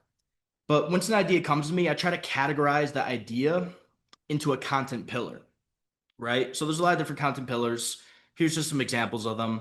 Um, Connection content. Connection content is pretty much telling a story, getting relatable, getting real. Authority and education content. This is talking about your knowledge on a specific subject. Social proof and results content. This is sharing a transformation, a client transformation. Lifestyle slash being the character content. This is pretty much flex content. So maybe you're just flexing, showing off, doing a transformation. Belief shifting and mindset coaching content. Think kind of like Higher Wellness. If you guys ever watched them, he's like, the reason you're procrastinating is not because you're a procrastinator. It's because he's like really good at shifting your thoughts and beliefs and helping you see new perspectives. So what I simply do is I just think to myself, what's something of value that I could share, or what can I do today to move my personal brand ahead, right? If I'm trying to go viral today, maybe I'll do a transformation, right? Maybe I'll post my physique. If I'm trying to nurture today, maybe I'll talk more about how to make a transformation, right? Or how to overcome procrastination. So I'm just asking myself, what could I do today to make content? And I have a general idea come to me. And then I try to categorize that idea under a content pillar to get more clear on that idea, right? Because if your idea is a little bit scattered, it's not super like actually clear, your content isn't going to do well. Content always comes down to the idea. 80% of your content is the idea. 20% of it is the execution. So like the format you put it in. The idea is everything. Look at Mr. Beast, for example. The reason he's gone so viral in this world is because his ideas are great, man. They're absolutely great, right? That's why his content does well. It's all about the ideas. So you should ask yourself the question each and every single day. What should I do today to move my personal brand ahead? It may take a while. Go on a walk, go do something, it will come to you. And then categorize the idea under a content pillar and get really clear on what that content pillar is. Because once you understand that content pillar, the next question you can ask yourself is, what format should I put it in? What is the best way to communicate this idea? If you're like, okay, well, what I want to talk about today is a connection type of content, right? I want to tell a story and get relatable to my audience. But then you do some format like trending audio and caption, it's probably not the best way to communicate that. A talking head might do better. And so I like to get really clear on the idea at first, and then I go pick the format. So the format is getting clear on how to present it. Once I have an original idea I want to make content out of, I do a little bit of market research to make sure I execute this idea in a way that is more likely to do well. So I'll go look at my hit list of creators, other people that are doing better than me, for example. I'll go take a look at their top content and I'll say to myself, was there a piece of content where they were talking about their story? Right? I find it. Okay, well, what format did they present it in? What was the hook kind of like? Because I want to talk about my story. And instead of reinventing the wheel, I simply just want to take a look at what's done well for somebody else. What got somebody else 500,000 views? So I go find it. Okay, so what he did is he set up his camera and it was dark out. There's this one light. He had his car. He backed up on his car, shirt off, and he talked about his story. So, okay, I want to talk about my story. I'm going to recreate that format. Boom, video goes viral, for example. It's that simple. So what I'm looking for when I'm looking at other content that's done well in terms of like the formatting of it is the value the video provides, the format of the video, trying to understand why people are engaging with it heavily and the hook about it, right? That will help you get clear on how to present your idea, if that makes sense. You guys getting that, right? Type of one in the chat if that makes sense, right? You want to ask yourself a good question: how to move my personal brand ahead today? You want ideas to come to you. You want to categorize the idea. You want to do a little bit of market research to find what formats with similar ideas that have done well, and then you want to interject your own idea into a format that has already been proven to work for the idea. Is that making sense to everybody? One. Perfect.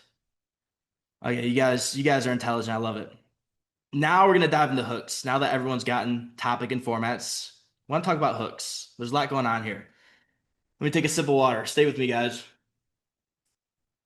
So, this is all about hooks. Here's the complete guide. Okay. A great hook is going to interrupt the pattern. So typically what happens when people go online, they're scrolling, and just get lost. I'm sure you've been there. You scroll past the video after 3 seconds and you're just sitting there scrolling, not doing anything. You're not thinking, right? And so if you want to actually capture somebody's attention, you got to interrupt their pattern. Get them to actually jump out of just that doom scrolling and actually pay attention. Best way to do that is evoke emotion right away. Make them feel something. If they feel something right away, it captures their attention. They're like, oh, what's going on here?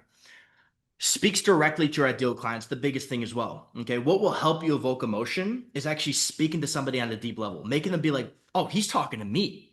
It's funny. The other day, Andrew actually, he saw an ad online.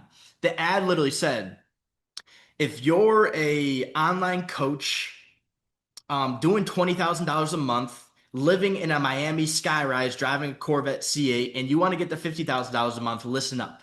That's literally his exact situation.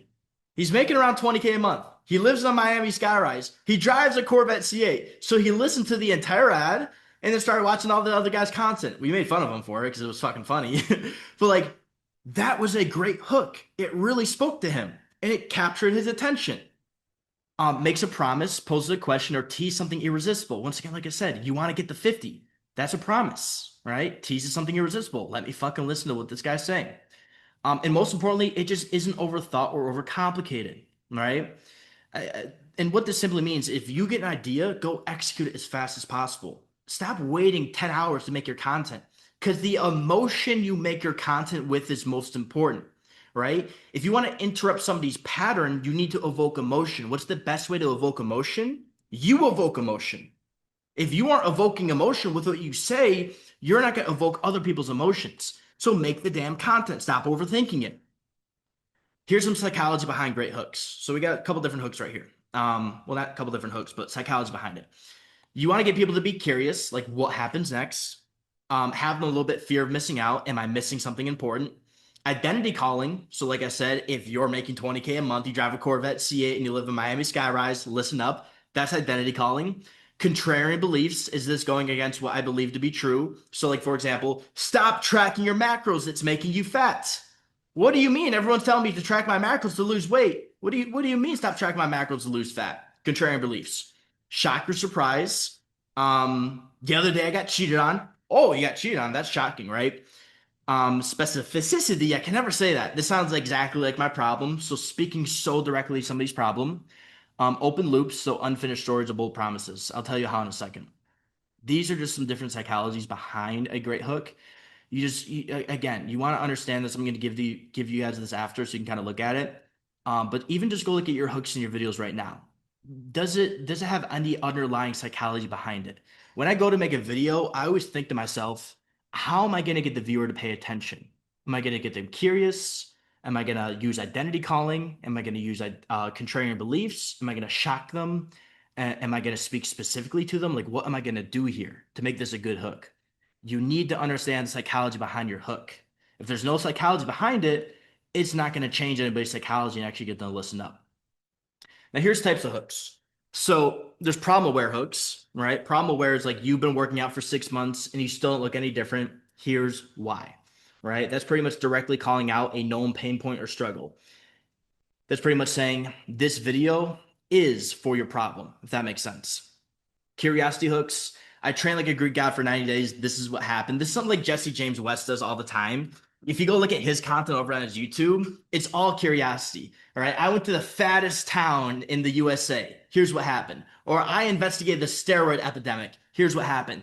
That's a curiosity hook. Contrarian hook, cardio's killing your gains and making you fatter. Here's why. Going against the beliefs a lot of people have, right? People love to back up their beliefs. If you go against their beliefs, they're going to love to hear what you got to say. Question hook. What if the reason you're stuck isn't your work ethic, but your identity around your work ethic? Well, what do you mean by that? Because I kind of am stuck and I'm working hard. So what can I do? It's like posing a question to them. Identity hook. This is for the guys who are tired of being invisible, tired of being broke, tired of living a life that no one respects. That's my identity. Right. Once again, I explained the other one that Andrew got hooked in on. Right. Identity calling. Shock and all. Um, there's an example right here. I like to give a better one of shock and all. 6 months ago, I got cheated on. I was flipping burgers for 15.50 an hour, and I quit my job. I broke up with a girl, and I said, you know what? I'm gonna hire a coach. I'm gonna do a bodybuilding show. That's like a shock and all hook that I've used before. Outcome hook. How I lost 60 pounds, built unbreakable confidence, and rebuilt my life in 12 months. Right? That's instantly telling the viewer what is going to be the outcome of watching this video. So it promises a specific transformation. Those are just some types of hooks. These are some formulas you can put together. I'll skip over them. I don't want to go through all of this. I'll give it to you guys after. But yeah, here's pretty much how to just craft a good hook. All right. Identify the core pain or desire, okay, of the viewer. When you're making a video, you want to kind of understand the viewer psychology. Why would they watch it? Right? And typically people are going to watch videos because it will help them out. Right? When you think about YouTube, you go to YouTube to learn something, right? And so a lot of the times on YouTube, it's like how to get in shape. So that means how to achieve your desire. Does that make sense? So you got to instantly tell people how are you going to help them overcome a pain and achieve a desire inside of the video. And you got to understand the psychology behind it. Choose the emotional trigger, right? What are you going to make the person feel when you're talking about that? Curious, fear, pride, identity. What is it? Use a proven framework or format. That's this right here. I'll give you that, guys, this after. Make it punchy and specific. There's some pro tips right there. Was that making sense on how to craft better hooks? Does that make people feel more confident? Walking on the Stairmaster. Drop a one if you're more clear on hooks now. Dude, I should have got some tea, bro. I forgot how long this presentation would be. I'm gonna lose my voice halfway through. A big eye opener. Good, Zachary. Love it. I'm on my third Zen, so let's keep getting to it. I'm gonna go over a couple mistakes to stop making your hooks. I see this all the time. Please stop making these mistakes. The delay, bro. People start their phone and they're like, one, two. What's going on, guys? So today I'm going to talk about nobody cares. People don't have time to waste. Think about it this way. Are you filling your viewers' cup up each and every single second they are watching you, or are you draining it? Right now, dude, I am beating myself to death to present you this right now. Right? I would love to take a 15-second break and stop speaking because my throat's hurting, but I don't want to delay you guys. I want to fill you up. I want every single second you spend with me to bring a positive return to your life. So I appear valuable to you. The same way you should be doing for your audience. If every single second they are spending with you isn't valuable, then they won't see you as valuable. But if you waste a couple of their seconds, maybe even minutes of their time, why would they ever buy your shit, bro? It doesn't make sense. Confusion too. People are coming to watch your content to get clear, right? If you're causing confusion, you're just making them more confused than they were before you even watched their content, right? So you got to get clear. Irrelevance, don't be talking about things that do not apply to what you're talking about. It doesn't matter. Disinterest, don't say anything that could just create disinterest, man. And that's pretty much just irrelevance, confusion, delay at the end of the day. So, I want to go over this. This is great right here. Those are a couple of mistakes not to make, but here's the 3-layer hook format. Okay. Everyone needs to understand this on a deep level. So there are 3 hooks in each and every single video. You do not need to have these 3 hooks in every single video, but if you have a better understanding of these 3 hooks, then you can make better hooks and make better content. So the first type of hook is the visual hook. What do they see when they come onto the video? I'm sure some of you guys have seen the content where people like sway their phone to their head. I know there's one girl in Miami who sells life insurance. She does really well. She makes over like 6 figures a month. All of her videos are her going from like her side profile to her front. If you want to make more money and it just hooks you right in, that's a visual hook. Another one can be like using your hands or setting down your phone. That's a visual hook. Text hook. What do they see on the screen, right? What is that caption right at the top? Here is how to get six pack abs. That's the text hook. And then the verbal hook is actually what you're saying to people when they watch the video, right? So it should reinforce the value with clarity and authority. Now, you do want to have a little bit of a difference between the text hook and the verbal hook, right? The text hook should pretty much summarize what the video is about. So if you're talking about how to lose your stubborn belly fat, that should be what the text hook says. But your verbal hook shouldn't say that as well, right? Your verbal hook shouldn't say here's how to lose your belly fat while you're also saying it. It just shouldn't be that way. There should be a little bit of a contrarian going on. So you can actually look at these hooks over here and kind of ask yourself, okay, how can I, create better psychology with my hooks to get people more interested? You can even look through some of this with my content. I'm trying to think of some right now. I can't really think of some. But I like to always kind of change up the verbal and the text hook. But understand those are the three hooks for each and every single video, and they all serve that simple message and hit within 2 seconds. Um, yeah, how to build your hook. We'll kind of skip through that. You guys can watch this after. But I really want to go over that. Does that make sense now, though? There's three hooks in every single video. One you cooking. Drop a one if that three hook layering formula makes sense. Drop a one, drop a one. One, okay, good. Two if you're still a bit confused. Are you feeling good? Good? Okay, you guys are getting it good. But just always think about those three hooks when you go to make a video, right? What am I gonna do visually? What am I gonna do on the screen? And what am I gonna say to people? Okay. Now here are 16 content strategies. This is the last thing to generate the audience. Okay. Now that we've talked about content market fit, we understand we need to scale the winners in terms of topics and formats. Here's how to get good ideas, and here's how to present your ideas correctly. Here's how to go over hooks. I want to quickly go through all these 16 content strategies. So there's pretty much 16 of them. And I'm rating them on a scale of how well can they reach people, how well are the selling power, and how simple are they to make. So the first type of content strategy is the voiceover content. This is like the day in the life type of content. This guy right here, how to get lean in 30 days. It was just like B-roll with him talking over it. But this is typically going to be like day in the lives. So the reach on this type of content is really good. Like this is good content to go viral. Like, you see this one right here. This thing got like 8,000 likes. Like it's going viral, right? But the selling power of it, it's not the greatest. It's like a 5 out of 10. It's kind of in the middle. It's not really going to directly sell people on your coaching, but it can definitely help sell your coaching because you always got to sell yourself before you can sell your coaching, if that makes sense. And the simplicity of it, I would say it's like a 6 out of 10. It's not super hard to make, but it's also not super easy. I do like the voiceover content. It's not the greatest in terms of selling, but it definitely is good content. And I'll give you guys this all after. Reaction content. This is like reacting to controversial takes, viral videos already. The reach on this is really good. Like I know Brandon Clark, he goes viral a lot for reaction content. It does great. It doesn't directly sell your coaching though. It's terrible for selling. Like nobody's gonna buy off this piece of content. And I'm just going over this so you can understand like what to do to gain views and what to do to actually convert people. So like if you want to gain views, reaction content, voiceover content, that's great. If you want to sell people, it's definitely not great. And the simplicity of this stuff, it's pretty simple, man. I'll be honest, it's pretty simple. Carousels. I wouldn't even discuss these, bro. I've tried these. They suck, man. The reach on this is terrible. The selling power is actually like pretty good. We did one recently for this. And the simplicity of it's not easy as well. I don't like carousels. Let's skip over that one. Transformation reveals. Let's talk about this one. This is what everyone should be posting. Transformation and reveals. The reach on it is great. This will blow up your accounts. The selling power on it is also super, super good. I wouldn't say it will directly sell people in terms of like they see the video and they reach out, but it helps people actually see, okay, this guy was able to go from this to this in this amount of time. And I've been alive that time as well. And he's created more progress than I've made in the past fucking 5 years of this thing, right? That will get people to say, what is this guy doing that I'm not doing? That's why I believe it has great selling power. And simplicity of it, it's super simple. Okay, everyone should be posting transformation reveals. Now, reveal is a little bit different from transformation. Transformation is like before and after. Reveal is going to be like, let's say, here's the 5 things to live a better life. Like that's the beginning slide.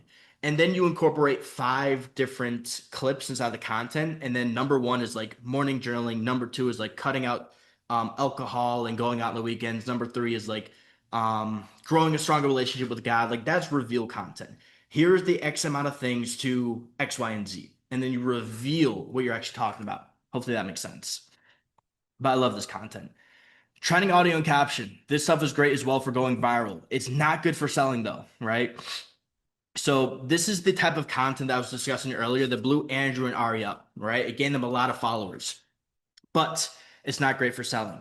I would say though, if you want to blow up your account quick, trending audio and caption will do the job. It will not convert. Make sure you stay for conversion. We're gonna be going over conversion next. And it's super simple to make. I love this piece of content, but it's not gonna sell your coaching. Screen share. This is pretty much just like Miro board breakdown, system breakdowns. You can use a whiteboard. This is a Miro board right here. You can see Jeff Nippard's like breaking down a video. The reach on this is okay. Selling power is really good though. Some of my best content in terms of converting has been like those whiteboard videos, has been those Miro board breakdowns. Like this is great, especially if you combine it with like a ManyChat automation. If you guys don't know what ManyChat is, just search up ManyChat online and go check it out. But this is where you can put like the little keywords inside of like your thing, like comment blueprint, and I'll send you a full free guide. And what happens is a lot of people comment on your videos, and then ManyChat sends an automation to everyone who comments and pushes them to like a YouTube video. Like the screen share is actually really good for selling. Simplicity of it is a little bit more complicated, but this content right here, screen share, if you do like the Miro board or the whiteboard and you link it to like a full guide, this shit will generate a shit ton of money, bro. We did the math. I think 40% of our income actually came from like the screen share content. Long form highlight clips. So this is where you kind of clip up long form stuff. I recommend everyone do long form. I recently spent $15,000 learning YouTube because YouTube is so valuable. And then you can kind of clip up all the like the best clips and put them on your short form. Like the reach on this is pretty good. Selling power is pretty good, and simplicity, it's all right. It's not super super simple, but it's also not hard. All you gotta do is like take the video, put it in CapCut, cut it up. I'd recommend everyone get at least one YouTube video out there each and every single week. For example, this is one YouTube video I made. I clipped it up. I got 21,000 likes. I wish I could tell you how much money this brought me, but a lot of people joined on my fitness coaching when I uploaded this video. This video is from like a year ago, but a lot of people like, I really like that one video where you were talking about X, Y, and Z. And that was this video right here. So I do like long form highlight clips. It's a little bit more complicated for some people, but definitely get on YouTube, get some hitters over there. Because I find when you're in the flow state and you're just talking about something, if you're able to clip that up, it does a lot better than a talking head. I know some of you guys, you kind of get that little veil you have. You're like, I want to talk about this. You put the phone down and then you just come off completely different. Like your energy's off. It's just because you're not in a flow state. The best way to get in a flow state is a long form YouTube video. Even if you don't upload it, just record for 20 minutes talking about what you want to talk about, go through it, take the best clips where you're just in a flow state, just like pouring yourself out with energy, throw up as a short form clip. Multitasking monologue. This is just like doing two things at once. This is typically like what the women do. They do the makeup and let me tell you about a story about how I got cheated on. Like, yeah, the reach on it's really good. Selling power is not good. Simplicity super easy. Kind of skip past that one. I think it's for a woman. Spectator content. This is really good for selling. Okay, if you guys have clients at the moment, record your client calls when you're talking to them, just like Coach Blue's doing right here. This is where his client has a question. He's like blah blah blah blah blah, and then he gives his coaching to it. And so people are able to see in real time through your content ecosystem, your content. They're able to click on that video and be like, okay, this is what I would get if I was to join Coach Blue's coaching, right? And people have to understand the how. Remember those 4 pillars of marketing: who you are, what do you do, why do you do it, how do you do it. People need to understand how, and so spectator content is great for that.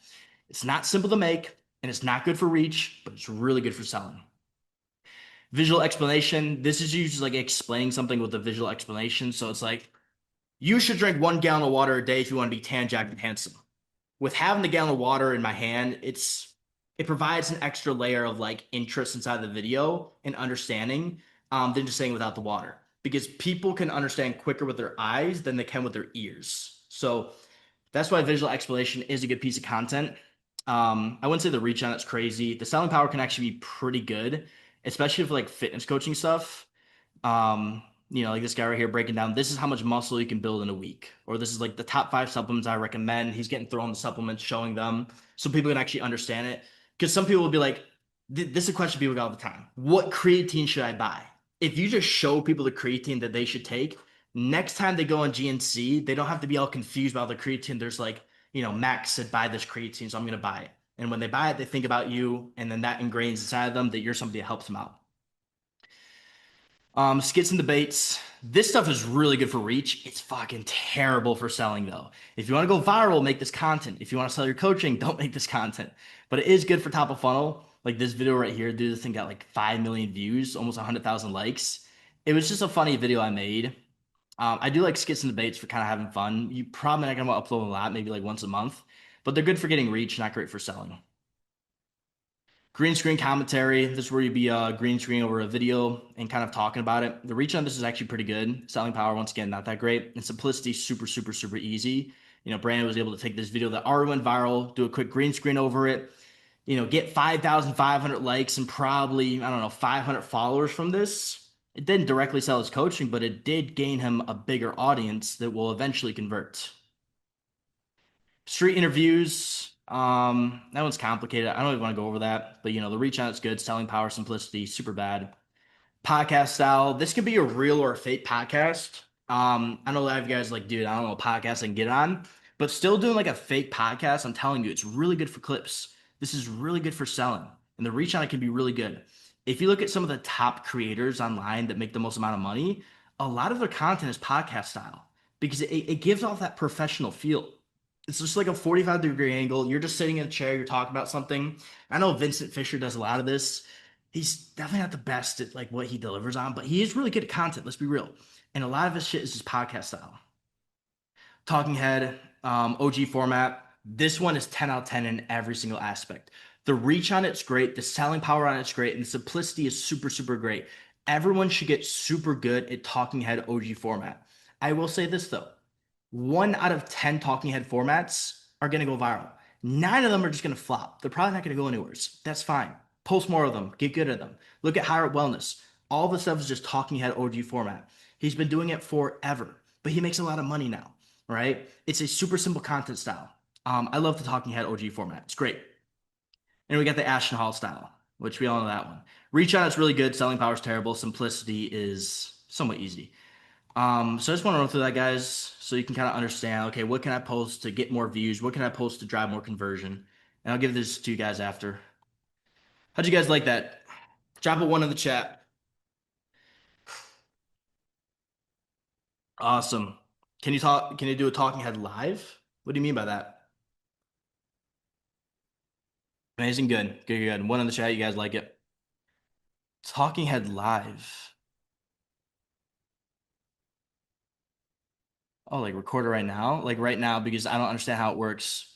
So talking head live is just like this is just talking head, bro. It's literally just like you pull up your phone, you talk about something. You just open like TikTok, bro. It's literally like look at this is Jay Lane uploading it right now. This is just simple talking head.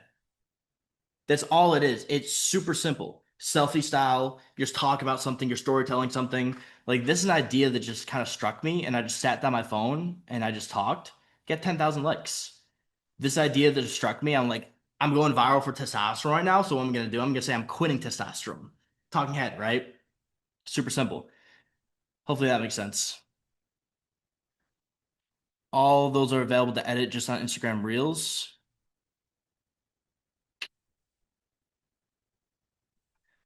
This will be available to you after. I'll show over the Miro board to everybody. But we're gonna move on to nurturing the audience. So that's everything about generating the audience. This is all about nurturing now. So with all of that, if you implement everything I just said there, you're gonna start getting thousands of followers each and every single month. Okay. Nurturing is where you actually have to start building those high value relationships with people. So that's providing trust and education.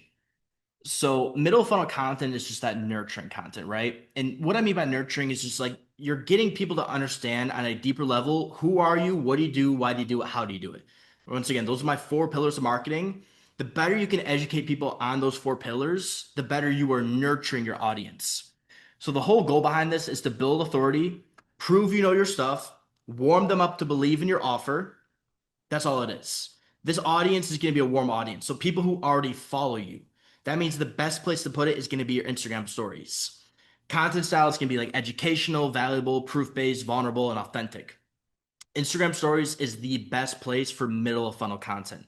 As you can see right here, here's the 5 pillars that we implement for everybody on Instagram stories. It's that wake up post. Here's an example of Ari doing it. A value post. He just saw something of value he shared with his audience. Nutrition post, client/self win post, and then coaching post. right? These are very just like basic pillars of Instagram stories that you can upload in. There's a lot more that goes into it, but like just write these down. If you do a wake up post every single day, if you do a value post every single day, if you do a nutrition post every single day, if you do a client or self win post every single day, and a coaching post, and what would be my coaching post is you're just like providing value on how you would coach people. So staying shredded when traveling. You would figure one of his fitness clients would be like, hey, I'm going on vacation. How do I stay shredded while traveling? Boom, you provide the value, right? If you do those 5 pillars each and every single day, I guarantee you, you'll get people to reach out. Guarantee you, right? This is the way you actually generate inbound leads. So, middle funnel content is all about building high value relationships, generating conversations, starts coaching your viewer for free. That's where you have to start. You have to start coaching your viewer for free. Coaching posts, value posts, right? Um, and then creates cognitive dissonance. What I mean by cognitive dissonance is if you show up every single day with your morning wake up post, with your nutrition post, with whatever it may be, if you show up every single day with these posts without fail, it will create cognitive dissonance with somebody in your audience, and they will say to themselves, how the fuck does he do it, bro? How does he do it? Imagine this. If you watch somebody online, wake up every single day, 6 a.m., sharp, without fail, provide value, post their nutrition, post a self win, post a coaching post without fail, once you think to yourself, this guy's, dude, he's fucking dialed, bro. That's what you want to get your audience to think, is you're just fucking on top of your shit. That's how people start seeing you as a coach, is you're on top of your shit, bro. Right? Is that making sense, guys? Drop a one. There's a lot of questions. Save them till the end. Save them till the end. I'll answer them at the end. I want to get through this. Does that make sense? Drop a one if that makes sense. Okay, good, good. Hell yeah. If you show up every single day with these posts, which Andrew, Ari, all of our clients have done without fail, you will generate more leads. If you post more stories, if you show up more consistently, you will generate more coaching clients. It's as simple as that. Because when it comes to fitness coaching, what do people want in a coach? They want somebody who shows up. They want somebody who tracks their macros every single day. They want somebody that provides value. They want somebody that is either making a transformation themselves or helping other people make transformations. They want somebody who is coaching them for free. Like once you hit all of those pillars, people now in your audience are like, oh, I get it. It creates so much cognitive dissonance to the point where there's like, I need his shit, bro. I need him to help me out. He clearly has the leadership that I want. So here's the Instagram nurturing story flow. Okay. We're going to get into this. I'll run through it. So 99% of all transactions online are going to initially occur through IG stories. That's where they're all going to start, man. Most of them. Okay. They're going to happen on Instagram in the DMs, and a large majority of that's going to be generated through those Instagram stories. But in order to ask from people, you must give, right? If you want people to give to you, you must give to them. So what does that mean? Show up every single day in your stories. Give so much value to the point where they're just in debt to you. I don't know what's happening to my camera. Where am I at? There we go. We're back. And so like that simply means you don't have to do call to actions, bro. And you shouldn't be doing call to actions. If you want a ratio for when you should do call to actions, it should be 1 to 70. That means every single 70 posts where you give value, then you can ask once. That's where you should be at. You should just focusing on giving so much value to people to the point where they're just reaching out, begging for help. That's when you know you've done things right. And that should be your mindset behind that. That was my mindset behind it. So, yeah, CTAs for your coaching should only happen when you know it's time to ask and you've given so much value. So, inside of your stories, lead with value, use storytelling, create dependency through your transformation, through your story posts, right? If you post every single day, you waking up early, showing nutrition, etc., that's going to get your audience kind of dependent on you showing up. And if you don't show up, they're going to be like, whoa, where is he at? Because he's showing up every single day. And here's what will happen. One day that person will be in a spot where like their emotions are high. They're like, dude, I need to make a change. I need help. That's what happened to me.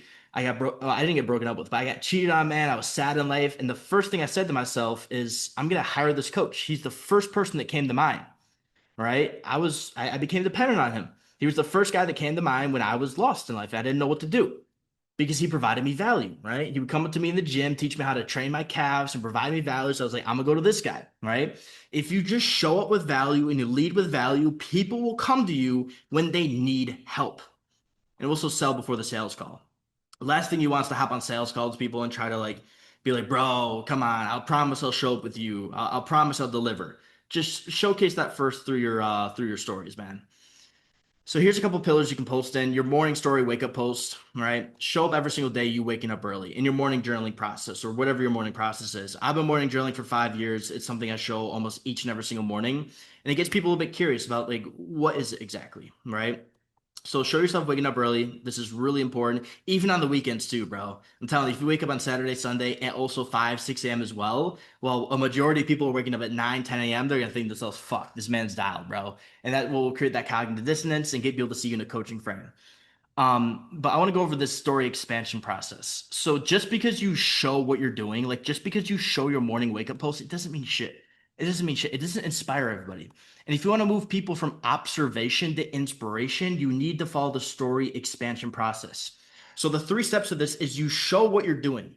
You expand on why you're doing it. So you can show your morning journaling. Then you make a story after. A lot of you guys are asking why I morning journal. And I started morning journaling because I struggled to stick to my goals, and now it helps me build structure and focus daily. See, you're expanding on what you're showing, and now you're starting to shift people from observing you morning journaling to actually being inspired to maybe also morning journal. That's how you start coaching people for free, is you tell people why you do that. Education is nothing without why. You need to give them the why so they actually listen to what you're saying. And then dig as well. You want to dig a little bit into people's pain points, right? And if you say you want to change, but you can't get up early and plan out your day, do you actually want to change or are you just talking? Right. So if you follow that process, show morning journaling, tell people why you do it, right? And you say to your audience, a lot of you guys are asking me why I'm morning journal, this is why I'm morning journal. And a lot of you guys are also saying you procrastinate, you struggle to get clear on what to do with your life. And I don't get it. I don't get it. It should be so clear to you why you're lost. You go about your life without a game plan. So how are you going to ever achieve the result you want to achieve in life if you don't have a game plan? This is why I started morning journaling, and this is why you should do it too. You got to dig a little bit into that pain point so it's apparent to somebody why they should do what you're telling them to do. If that makes sense. Second type of post is value post. So this is pretty much just giving value on something. This is super simple, man. It's just like share meaningful quotes, give a motivational message, reflect on a learned lesson from your own journey, post a simple message or video.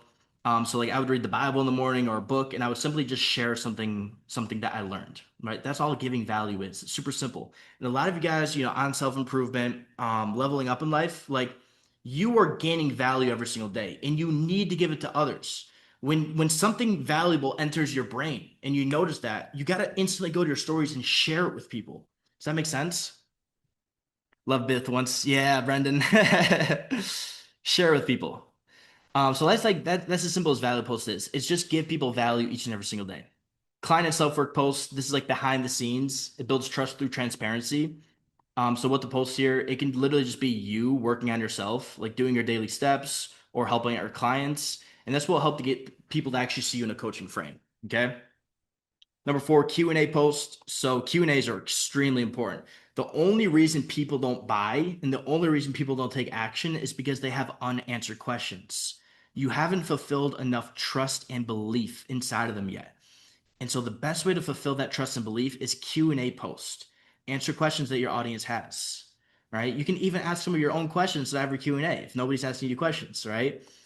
So definitely do Q&As every single week. And then client wins. Of course, share client wins. Okay, does that make sense, boys? Drop a 1 if that nurturing story flow process makes sense. 1? Okay, perfect. I know I ran through it quick, but we have a lot to go over. I don't want to keep you guys in here forever. We'll get you the Miro board after. So here's Ari's middle funnel content. We got the wake up, value, nutrition, clients, the self-win, and coaching posts. So every single morning when he wakes up, he shows himself looking at his client's dashboard, reading the Bible, and then doing his morning journaling. There's a little value post I took where he just saw this one diagram, took a screenshot of it, and talked about is your pride getting in the way of your goals, and just talk people through it to help people understand it. Showing what he's eating, giving the macros of it. This could get somebody to swipe up and be like, yo, bro, how do you make that? Boom, conversation sparked.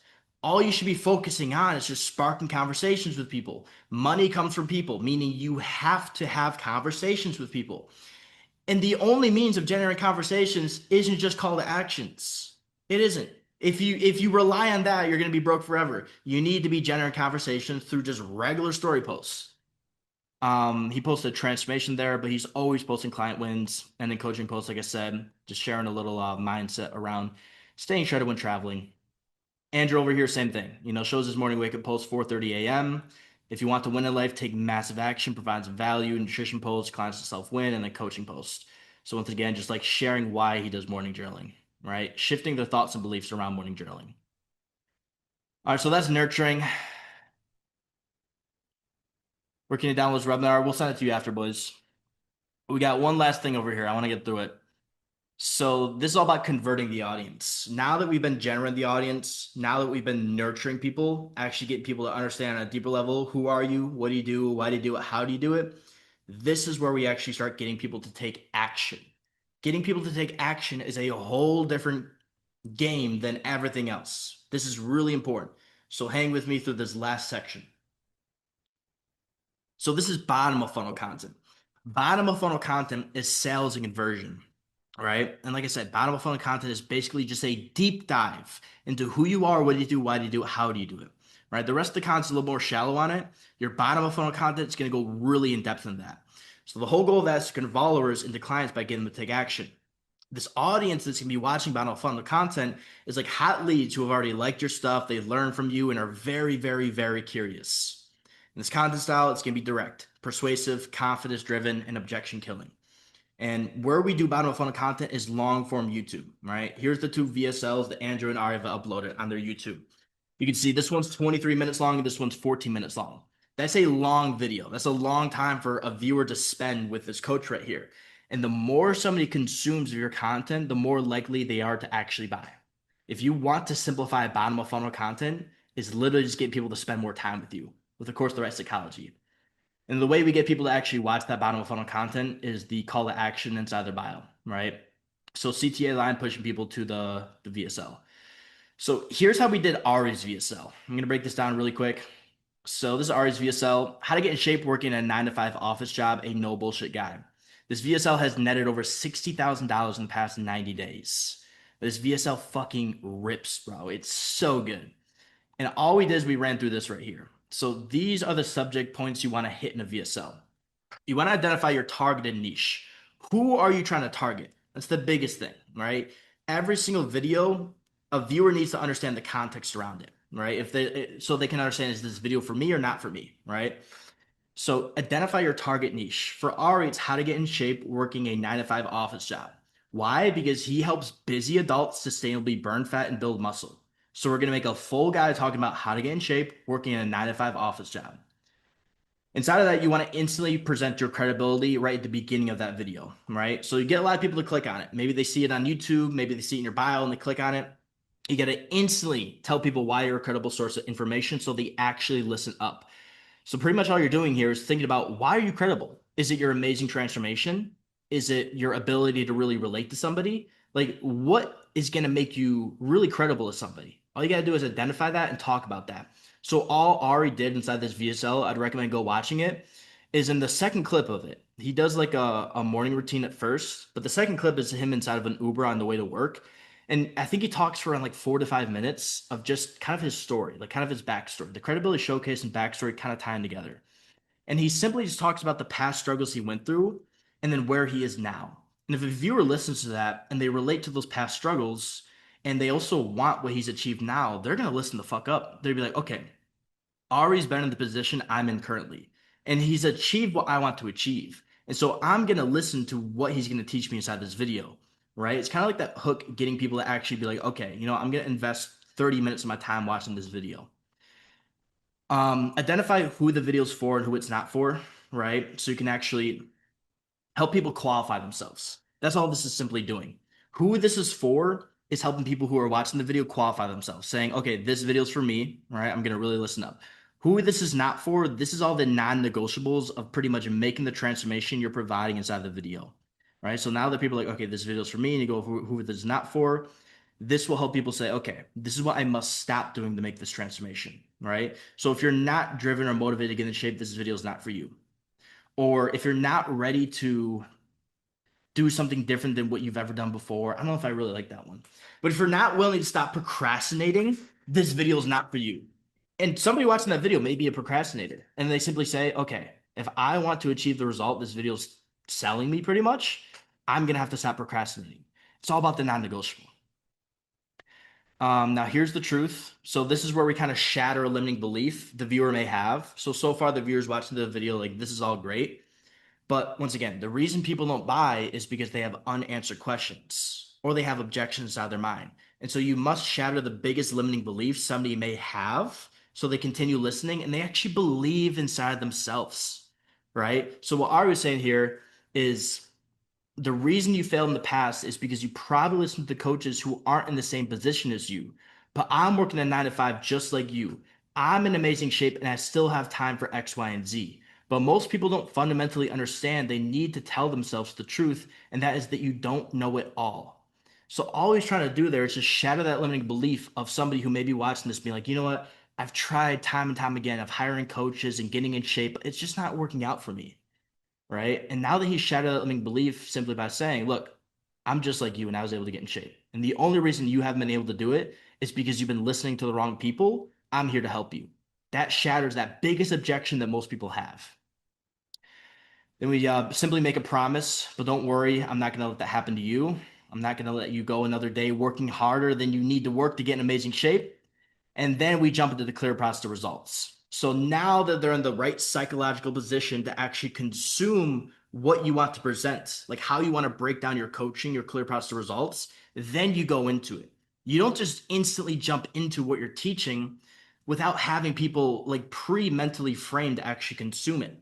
So this is where he goes into a my board breakdown, pretty much just bringing people through the journey of how he gets them results. It's super simple. If you haven't watched the video, go watch it. And at the very end of the video, all you do is a pitch. Hey guys, now that you understand exactly how this works, if you want to achieve X, here's what to do next. That's where you get viewers to take action.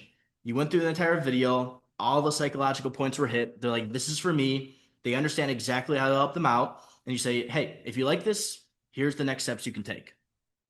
It's pretty simple. Is that making sense? Drop a one in the chat.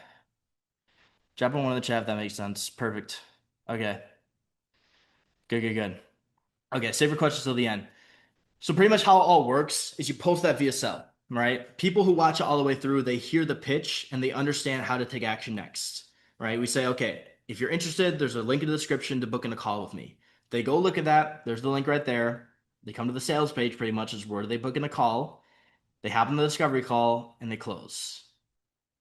It's simple as that, man. It's simple as that. And that's how you get highly qualified leads, is the best way to put it, right? You get people in your audience, you nurture them, you get them to watch the entire video, and then they finally take the next step. You don't want people taking that next step until they're ready to take that next step. Because then what happens is you just catch people too early in the buying cycle. If they aren't nurtured well enough, you don't want to sell them. It'd be way more intelligent to nurture people before you try selling them, if that makes sense. So you need a nurturing mechanism in place to first off get people where they need to be to buy, but to also just create a system that fucking works. Like I don't know, some of you guys maybe are just wasting a whole bunch of time hopping on calls. People got to think about it. People don't want to pay in full, and etc. And you're probably pissed off at that, right? Good. You should be pissed off that. That sucks. And then what you should do is create a nurturing process that gets people to become your ideal clients. And that's done through this right here. So that's the acceleration funnel. Generate the audience, nurture the audience, and convert the audience. That's what we all go through. So here's the recap of it all, okay? This is the entire viewer journey goal, all right? Create top of funnel content on your Instagram Reels, all right? Get a lot of views through that, get a lot of followers, get people to start watching your stories. Follow that story flow process. Start nurturing them each and every single day, all right? Best way to build high value relationships, just like you would build a relationship with one of your friends by spending more time with them, it's the same thing online. Just spend more time with your viewers. Simple as that. And then get them to YouTube eventually. That's where the bottom of funnel is, all right? Create full guides, especially have a VSL in place, because the more content they consume, the more likely they are to buy. So that's the conclusion of it all. I want to try to get Ari on here really quick. See if you can't get him to talk about it. Yeah, join up. All right, we're gonna try to get Ari and Andrew on here really quick to come talk to you guys. I'll hit up Ari, see if he comes in. And we'll try to get Andrew up here as well.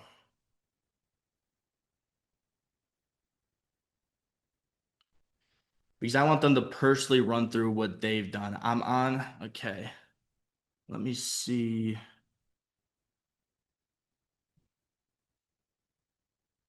Oh, it's so cool. Promote the panelist.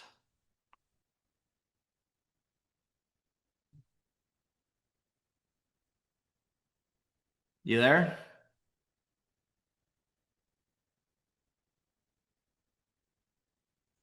There we What's go. good? What's going on, Ari? All right. Hold on, the audio might be cooked a little bit. Your audio's I can good. hear you. Oh, there we go. What's up? Perfect, man. How you doing? Great. How are Good. you? Good. I want you to talk a little bit about your journey of the past 90 days, man. I just kind of broke it down for everybody so they kind of understood it. But what's up, man? You know what's up. Well, I have a pretty unique story, but um, I pretty much it's like the dream for everyone. I was working at 9 to 5. I hated my desk job. I wanted to change lives. It's more than the money for me. It still is. I'm in shape, so I wanted to like help others do the same. I was a personal trainer, get shit money, and then I was just thinking about it for like 2 years, like thinking about, oh, it'd be nice, but it's like everyone online. That's not me. And then I decided to just stop being a bitch and like take action. So like January of this year, I invested in a shit mentor. Uh, and he just told me to run ads. I didn't have a funnel or anything, no VSL, didn't know how to make content, just run ads to a funnelless page, broken page. And I just ended up wasting a bunch of money down the drain. Uh, and then I saw Ryan blowing up, and I remember Ryan from 2022 when I was starting to post on TikTok, didn't really have a reason to, kind of like he did. Like he wasn't really trying to monetize at the moment. He's just trying to build an audience and didn't think about it. And I was in that spot, and then I saw he started monetizing. So I'm like, what the fuck? What am I missing? So then, and then one day I just started following along, and one day I saw on his story how he was talking about how he invested in a mentor that scammed him for 7,000 who wasn't a fitness coach. It was the exact same story as me. And because of the story flow that he did that one day, it attracted me and closed me as a buyer, just like it would be for another fitness client, because he spoke to my specific pain. And like, I'm sure he said like all conversions happen through the Instagram story flow. But anyways, ever since then, that was like late April. I was making like no money. And then $0 a month, if not negative, from January, February, March, April. Joined with Ryan. In May, I closed my first 3 clients pretty much. I got like 3 to 4K. And then was my open window to quit my job. I had like $36 in my bank account right before that because I invested in Ryan's mentorship. And I put my back against the wall and I did what was uncomfortable. And You had ever like since then, I quit $36 my in your job. bank account, right? $36 in my bank account Dude, fuck. to you told me. I remember we got on the sales call. You were you know I was wanted to join the program and I just didn't have the money. I was just fucking broke. And rather than thinking that was the problem stopping me, it's actually the symptom of not having the skills to grow my fitness business. So I was like, enough is enough. I need to go in here and I need to just fucking create the skills so being broke's not the problem anymore, right? So I just put my back against the wall, sacrificed the last money in my bank account, all my sanity, like for at the beginning, like you got to be all in, like my going out. And June I hit 8.5K right after I quit my job. I sacrificed my job to literally risk everything. July I hit probably around the same 8.5K, and then August I did about 30 to 40K, 40 gross volume. And then in the past 4 weeks in between August and September, I did like 45K gross volume, which is absolutely fucking mind blown, right? So, uh, pretty much it was the story flow. He got me my VSL in. He helped me with my sales, my mindset. He was just every single step of the way. You were with me, man. So, I think one of the biggest uh, things you learn too is the abundance mindset. I remember the sales we were having. It's like you put the value on the money and not the transformation. And I think that shifted everything. yeah, You're like, okay, I'm the man, you know? yeah, it did. That was probably the biggest thing I got from you Hmm. because I remember it was like right after I joined in April. I was on the phone with I had a warm lead reach out to me. Once I learned the story flow, I had like a bunch of people reaching out to me right away. I was like, holy shit, this actually works. And then instead of just running fucking ads to a broken funnel, um, I had people reaching out. I had this girl with a lot of pain. She needed to be a bride. She was insecure with how she looked. Like it was so much fucking pain. She's like, I'm paying for this wedding. I need to like be confident in my body during my wedding. And I still somehow fumbled. And I was like, what the fuck? And then Ryan watched through my sales call and he called me for like an hour after that and yelled at me everything I was doing wrong, which was so beneficial to me. It changed everything because the biggest thing that I took away was I was putting the value in the money that she would be giving me because I was so desperate. I had a scarcity mindset because I was about to quit my job and I needed it so bad. I'm like, oh, like I need to capitalize on everything rather than realizing she needs me more than I need her. The values in my service, her life needs to change. Money comes and goes. She needs this for her. And then I did a follow up. She's like, I don't know. When you have a scarcity mindset, you can't even close someone for like $50 a month. Like they could sense that through you. Like it doesn't matter the money, but it's just your mindset. And then I went on the next call. We did a follow up. I was like, listen, I'm willing to help you. And I just changed my whole mindset. It's not that I didn't know what to say. It was more the mindset right away. I'm a people person, so I like know how to talk, but I just had the wrong mindset. All of a sudden, start closing left and right. I went from charging $2,000 for 6 months to 3.5K for 6 months, like 2 weeks after, and people were buying it. I was like, holy shit, people are buying this. And then I just kept making transformations, kept being more confident, and just like kept saying, like, I know what my service is worth. You don't need, like, I don't need your money, right? You need my service. And once I started thinking about that, it just started ripping. And then yeah, last month was like a generational month for me. It changed my life. It changed my life immediately. Once I got that first 3.5K close, Yep. I knew I would never be broke again because I had the skills. I Yeah. developed the skills to sell high ticket. Once you So figured out ever that since one high then, ticket, once you figured out that one high ticket, so you're like, okay, I just repeat successful actions, I'm good to go. You just got exactly. And to now work I know once. I'll never go broke. Yeah, exactly. Now I know I'll never go broke. Now I know I don't need to sit at a desk my whole life, and now I know I can actually monetize my passion. And last night, for example, like sometimes I go out, rarely, but talk to all these friends from college, and they're like, I was like, "How's work?" I don't hate it. How about you? And I'm like, I love it. It doesn't feel like work, and I'm ripping. I'm making way more money than you. But I don't say it like that, but that's the reality. Yeah. Only 1% of people will get there because only 1% of people are willing to take the uncomfortable actions to reap the benefit. So Right. that's what I did, and I'm just really grateful. It was the best decision I've ever made. Investing with you, and I don't regret it. I only regret not starting sooner. And now I'm gonna come visit you in Miami in like 2 weeks or a week and a half, Yeah. and I'm fucking hyped. That's My great. life changed in 3 months. My life completely changed in 90 days, completely. So Yep. that's about it. I don't know if I missed anything you want me to touch on No, again. I and something I rambled want to on. bring up is it's all your mindset, man. Your mindset's amazing. I remember the other day you sent me a screenshot. You did like 15K in a week. I'm like, hell yeah, you're ripping. And you're like, no, I need 100K a month. And even me, I was like, damn, that was impressive to me. I was like, dude, that's that fucking mindset right there. Um, it really all Yeah, yeah. down to People, that. yeah. I was talking to some guys last night too. They're like, "Oh, how'd you feel when you hit that first 10K month?" I was like, "10K is fucking nothing." I was like, I wanted it so bad. Then I got my first 10K month. I'm like, bro, I could do so much more than this. Then I got 20, 30, 40. I'm like, I need 100. Like, come on. If Hmm. I could do this much, I could. And then it's a blessing and a curse because it keeps you motivated and it keeps you growing. It stops you from like falling off. But at the same time, you're never complacent. So I love it. That's the mindset required for success, truly. Hmm. And I'll just continue ripping. Yep. Yeah. It was a big self-identity shift, man. And that changes the whole content Yeah. as well. It's the biggest thing. Yeah, and I used to think also like it was just my physique, bro. Like I don't even look that good right now. I put on some body fat, like, bro, all you need is your personality. You can rip. Like a lot of people are in shape. Okay, out of the 1% of America, like top 1% physique. Obviously I'm there, but it's not that crazy. It's not a 1% physique on Instagram. Like I look like shit compared to all the bodybuilders there. But it's the personality and speaking and connecting with my audience and the vulnerability. And then once you have that, you don't even need to show your physique and you can rip. I Yeah. attract fat moms. Like they're like, oh, this dude looks pretty good. I don't need to look like fucking like top 1% physique on Instagram. I don't look that good, honestly. Mhm. So compared to the rest, yeah, it's just Yeah. learning how to market and buyer psychology.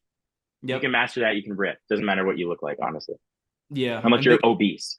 And biggest thing you do is you provide a high value transformation to people. You really help people understand how it's going to shift their entire life. And that's where a lot of people struggle. Is they're just selling fitness coaching and they're not selling a new self identity. And that's something you do really Oh well. yeah, dude. If you're selling a fitness program, just go on Chat GPT. That doesn't it's an identity shift that sells for thousands of dollars. It's not a Hmm. fucking meal plan and workout plan. That's the mistake. Because I Yeah. used to be scared to sell a meal plan for $50 because you could make it on Chat GPT. But when you frame it as a whole identity shift and get them to realize how it's going to change their entire life, that's when it's invaluable. Hmm. No Right. doubt. So it's not a workout meal plan, it's identity shift. Yeah. Yeah. Awesome. Any last closing things you want to give people? Well, first, like you guys heard, I started in January and didn't do anything till April, May. Um, I could have started sooner, invested in Ryan before, and I probably would have ripped quicker, definitely. But the truth is, there's always going to be a beginning where you're like second guessing and you see little to no progress. Like it's common, and that's like the test from God to see how bad who really wants it and who doesn't. So if you're willing to put your head down, detach from the outcome, and grind and get better with the same inputs day after day after day, and continuously improve, not knowing when the results will come, that's what truly will determine success. Yeah. Yeah, you're That's spot on. it. Yep. Good, brother. I appreciate that. And I'm sure Yeah, everyone man. I here appreciate as you, dude. You well. changed my life. You changed Good, my man. life. I'll see you soon out here. All right. That's Take all right, care. ladies and gentlemen. I dropped this Instagram in the group or in the chat over there. You're all good. You guys can go check them All out. right. Shoot them some Peace out, questions. brother. Peace. And we'll get back to this. I think I got Andrew coming up here soon. We'll see if he comes on in time. But I want to ask you guys a couple questions here really quick. Hope you guys enjoyed that. But let's come to the conclusion. Was your time worthwhile today's masterclass? Drop a one in the chat if it was. Drop a two if you're like, Brian, you just stole 2 hours from me. One, good, good, good. Do you guys feel like you gained new insight that you didn't know before either? Who feels like, okay, now I'm more clear. Now I understand this better. Oh, you're back. Oh, I didn't want to. I want to just view. I don't want to be a part of it. Can you like take me out of like the where you are so I could just be a viewer again? Let's see. There we go. We should be good. Yeah, it was sick. Perfect. And do you feel like you see how easy it is to create a content funnel that not only attracts but converts client as well? Like, okay, if we make viral content get views, we do the nurturing and we do the VSL, we push people to that. Okay, now we can gain followers while continuously converting those people. Does that make sense? Do you guys see now? Okay, you can grow and you can convert at the same time. Perfect. And do you guys want more of this? Drop more if you guys want more of this. Super genuine, no bullshit, provide value, make money. Yeah, good. Perfect, boys. All right. Now, for guys who want more, man, you got a couple options here. Of course, we got option number one. I'm gonna keep it real. I'm keep it transparent with everybody. Option number one is take what you learned in today's masterclass, apply it on your own. Now, at the end of the day, you could waste some time, could lose some potential money, could allow competition to beat you, could even give up. Could be a little motivated after this, try to implement it, and be like, "Fuck, dude, it's just not working out," because you got no one by your side to keep accountable, keep you pushing, man. Say stop fucking compromising, bro. Go after what you want. That's option number one. We do got option number two. We can guarantee your success and get access to the entire PR accelerator systems. What we went over today is just the digital resume accelerator. We just went over module one, module two, and then a little part of the acceleration funnel, which is that VSL. But the entire PR accelerator system stems from self improvement. There's a little bit more inside of digital resume accelerator that we didn't go over today. A lot more in creating that funnel, that acceleration funnel, that VSL. Badass offer creation, lead generation accelerator, badass high ticket sales, badass business blueprint, transformation accelerator. This is literally fucking A to Z everything you need to not only become the man you need to become, but all the way to creating amazing transformations, which is what the coaching business runs on.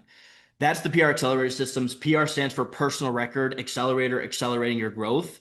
And that's how we can guarantee your success. We work with everybody until they reach the goals and even beyond. Like we want to get you to Miami and connect with you guys and do masterminds. Like we're in the business of building relationships. So That's option number two, build a relationship with us, get everything else.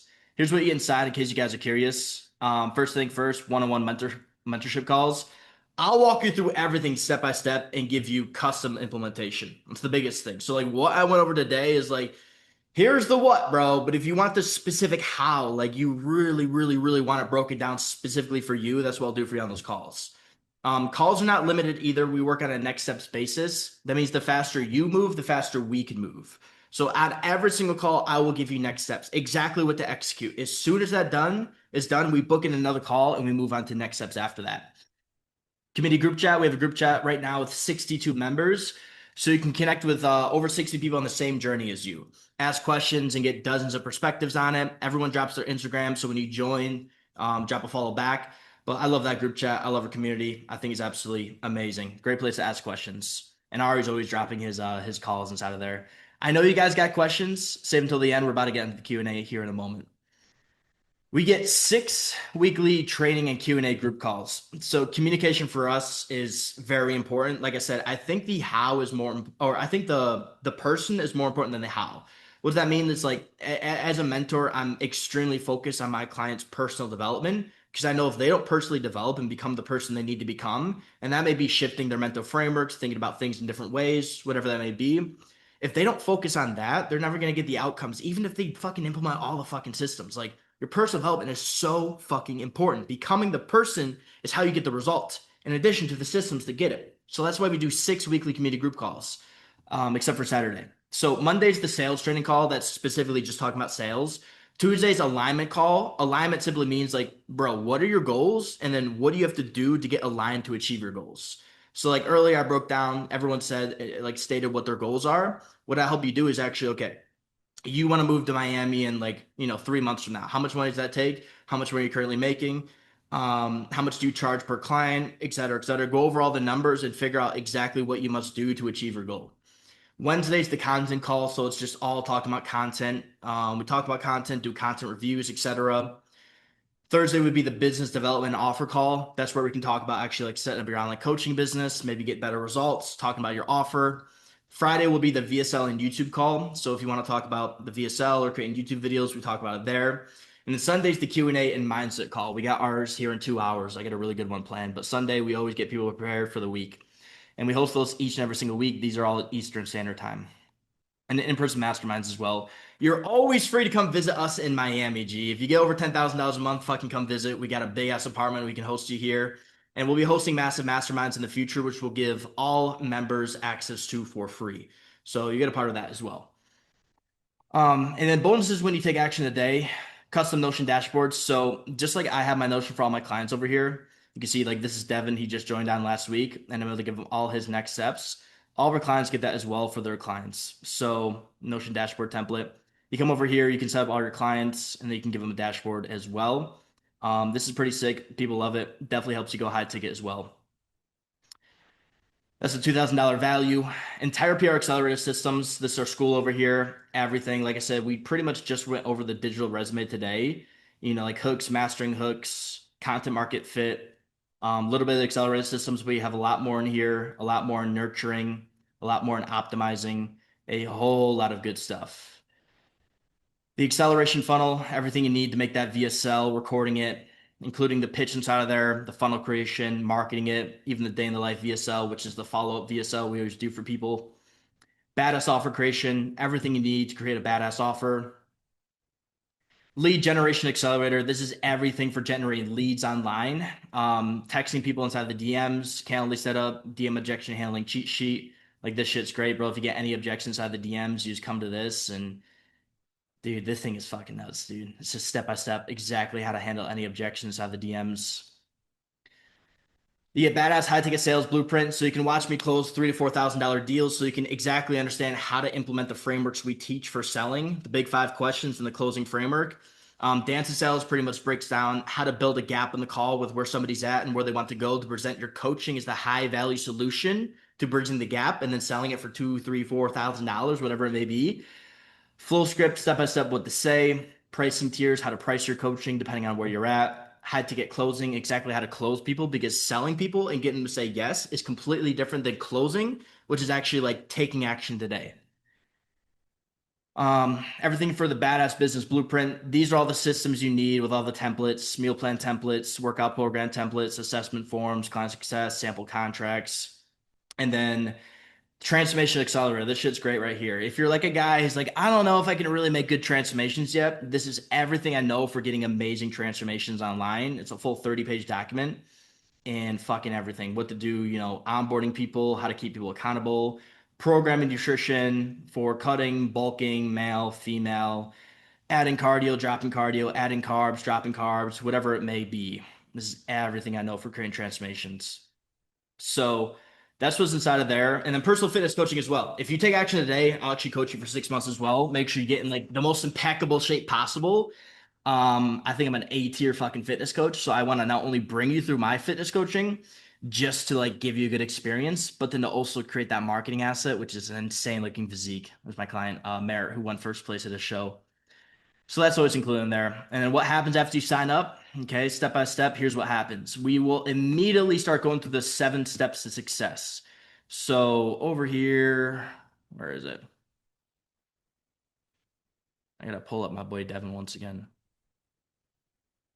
There we go.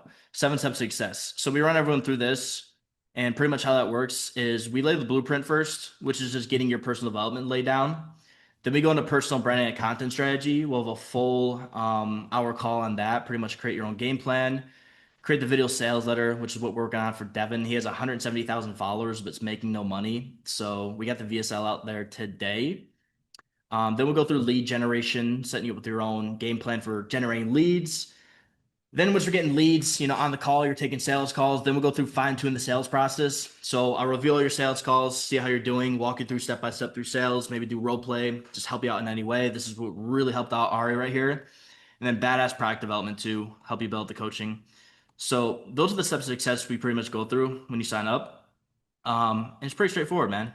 It's pretty simple, pretty straightforward. Biggest thing you focus on is that communication aspect, just giving you the right systems and making sure you get the success. But my question to you guys, how much would all that be worth if you were certain you can make an extra $10,000 a month? I want to hear it. No shall be here without. Hell yeah, Ari, appreciate that. Ari's a G. But how much would that be worth? Guys, if you can guarantee to your future self you can make an extra $10,000 every single month, what would that be worth to you? And just like think big. Okay, 10,000 cool, but what could you do with that? Because life is an emotional experience. That's all it simply is, right? We don't need this penthouse, but it makes us feel amazing. And so my question to you is think about that. And type in the chat. What would that be worth to you? I'm gonna hear from you guys. I'm genuinely actually curious. 5 to 10K easy. Sick, Nick. Nick's thinking big. Type in the chat. The world, 5K at least. Sick, Brannick. Let's hear from you guys. The freedom will be priceless. Freedom's everything, bro. It really is. Man, like 10K. Damn, Janus. I mean, that's the way I look at it. Is like, if something is going to even bring me in $1 extra, it's worth it. I watched this Alex Mosley video today. He's like, pretty much talking about if you make over like $16 an hour, buying all of your food, like meal prep, bro, it's so worth it. Anything that gives you more time and allows you to focus on what you truly want to focus on is so important. Get Lambo, guaranteed say 5 to 10K, yeah. All that. Well, I mean, that's the way we structure it all. When we work with people, we work until we hit the original goal. There's no timeline to it. It's not like 3 months, 6 months, 12 months. It's like we work until we hit the goal we set for everybody. Everyone's a little bit different. For example, Devin over here, he has 170,000 followers. So our goal with him is at least 30K a month. It would be fucking embarrassing if he doesn't get to 30K a month. But like typically most of the time, it's like we work until we hit $10,000 a month. That's a guarantee because the coaching business, it runs on results. That's what it runs on. And so if we don't get your result, we don't succeed. So that's most important. The money doesn't fucking mean anything if we don't get a result, because then we fucking die. So yeah, there's a one-time offer for everyone today. If you're interested in all that, everything I just presented, if you want to hear more about the coaching, actually get inside of it, we'll get $5,000 off for anybody who takes action. Okay, the action takers out of this call within 24 hours. Why? Because in a world full of consumers, I want to reward the few action takers on today's call. All right, everybody I've seen who has succeeded the most with like who I've worked with, they have been a massive action taker. They move fucking fast. They make decisions fast. Successful people make decisions fast. And so right now you may be saying to yourself, well, I am not a person who really makes decisions fast. That's fine. Stop tolerating that and fucking make the change, bro. If this is calling your name, if you think it's the best next step for you, let's fucking take action and get after it. We'll give you $5,000 off because we want to reward those people because you will bring us great business and then we'll help you achieve your goal, which is fucking amazing. So our promise though, results-based guarantee. If you follow the system, if you implement the steps, and if you don't add $10,000 months after 6 months, we'll fund you everything. We're like that fucking certain we'll get you there. If you follow everything, if you show up, if you're an action taker, we're so confident we can get you there. We've done it time and time again. It's pretty fucking simple. It just takes action. And that's why we reward action takers. That's the most important thing. Is you got to believe in yourself and you got to take massive action. And that's how we can guarantee results. So we got some enrollment open. I have one of my assistants drop a type form in the chat where you can actually apply. If you look like a good fit, we'll reach out to you. We're not going to drop a calendar. We're not just going to hop on a call with anybody. But if you're interested, we'll drop the type form in the chat. My boy Ted just dropped it right there. So go ahead and fill it out, see if you're a good fit.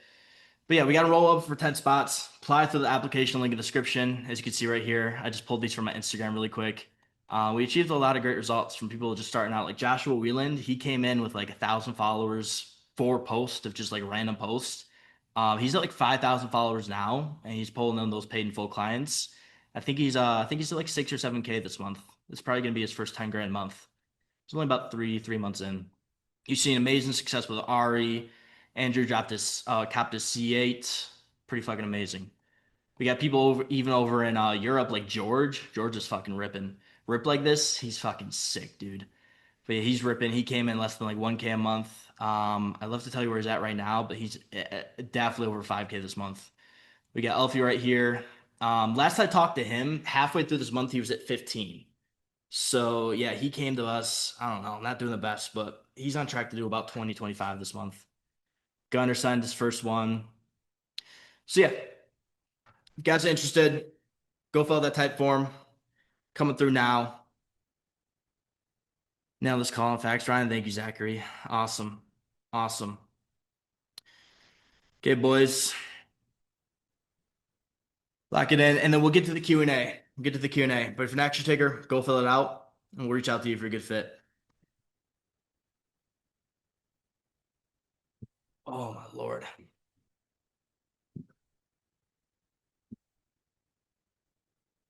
And we'll have Andrew on here in probably about 15 minutes. So we'll get into the Q&A, and then we'll have Andrew come on. You guys can ask Andrew some questions with me as well, if you'd like to do that. We'll get the Q&A as well. But we'll wait through everybody come through the type form really quick. Drop the Myro. I will drop the Myro, bro. I will drop the Myro. We'll drop it here in a moment. Perfect.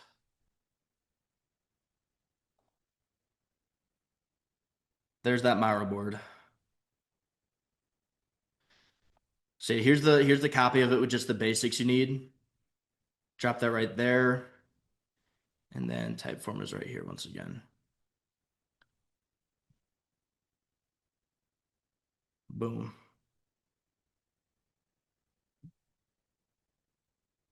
Okay.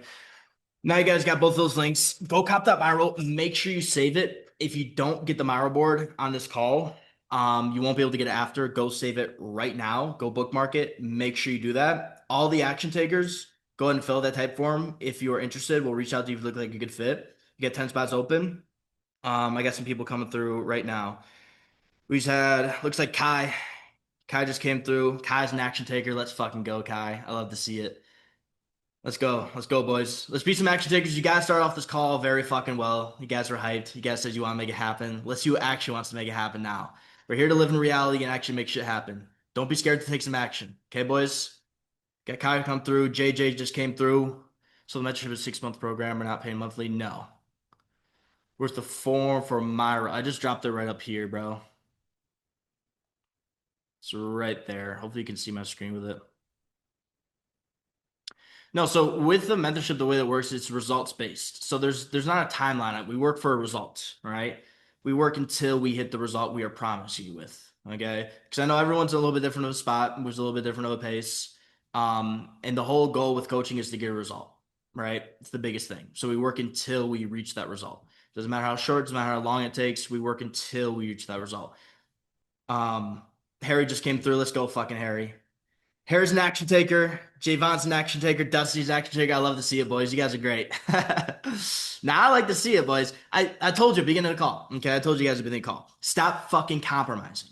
A lot of you guys are compromising, right? There's something you want in this world, and as soon as that opportunity presents itself and it's right there, you just fucking compromise for what's comfortable. And how is that ever gonna make you an amazing coach? It's never gonna make you an amazing coach. You think I fucking got here by compromising? Think I got this by compromising? No, I got this by seeing what I wanted and asking myself, what do I need to do to achieve what I want? And I want to ask yourself the same question. What do you need to do to achieve what you want in life?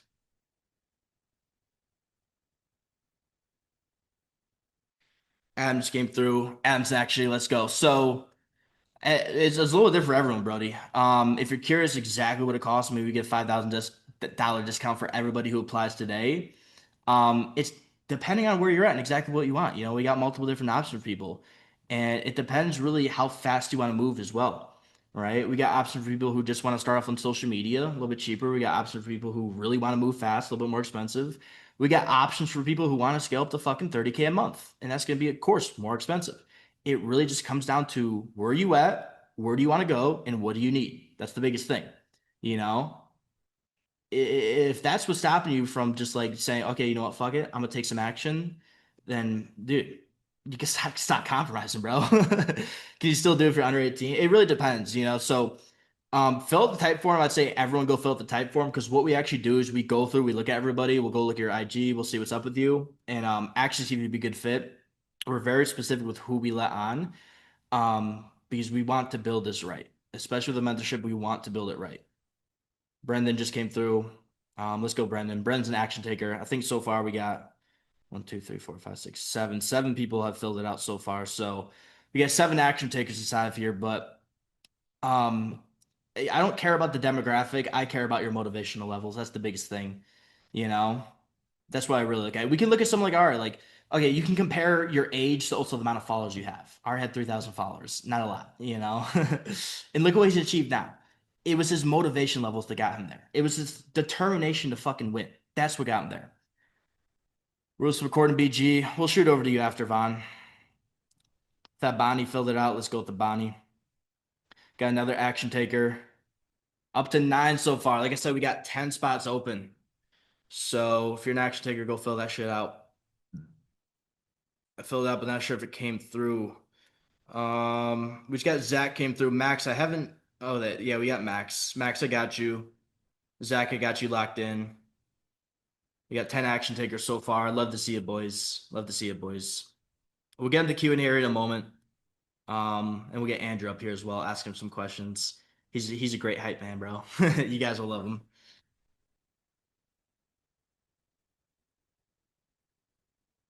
All right. Sick. 666. So like I said, once again, you're the man, Dusty. Thank you. Once again. What we went over today is just this right here. It's literally just that. All right. If you want the full-fledged system, this is what I've learned over the past 5 years.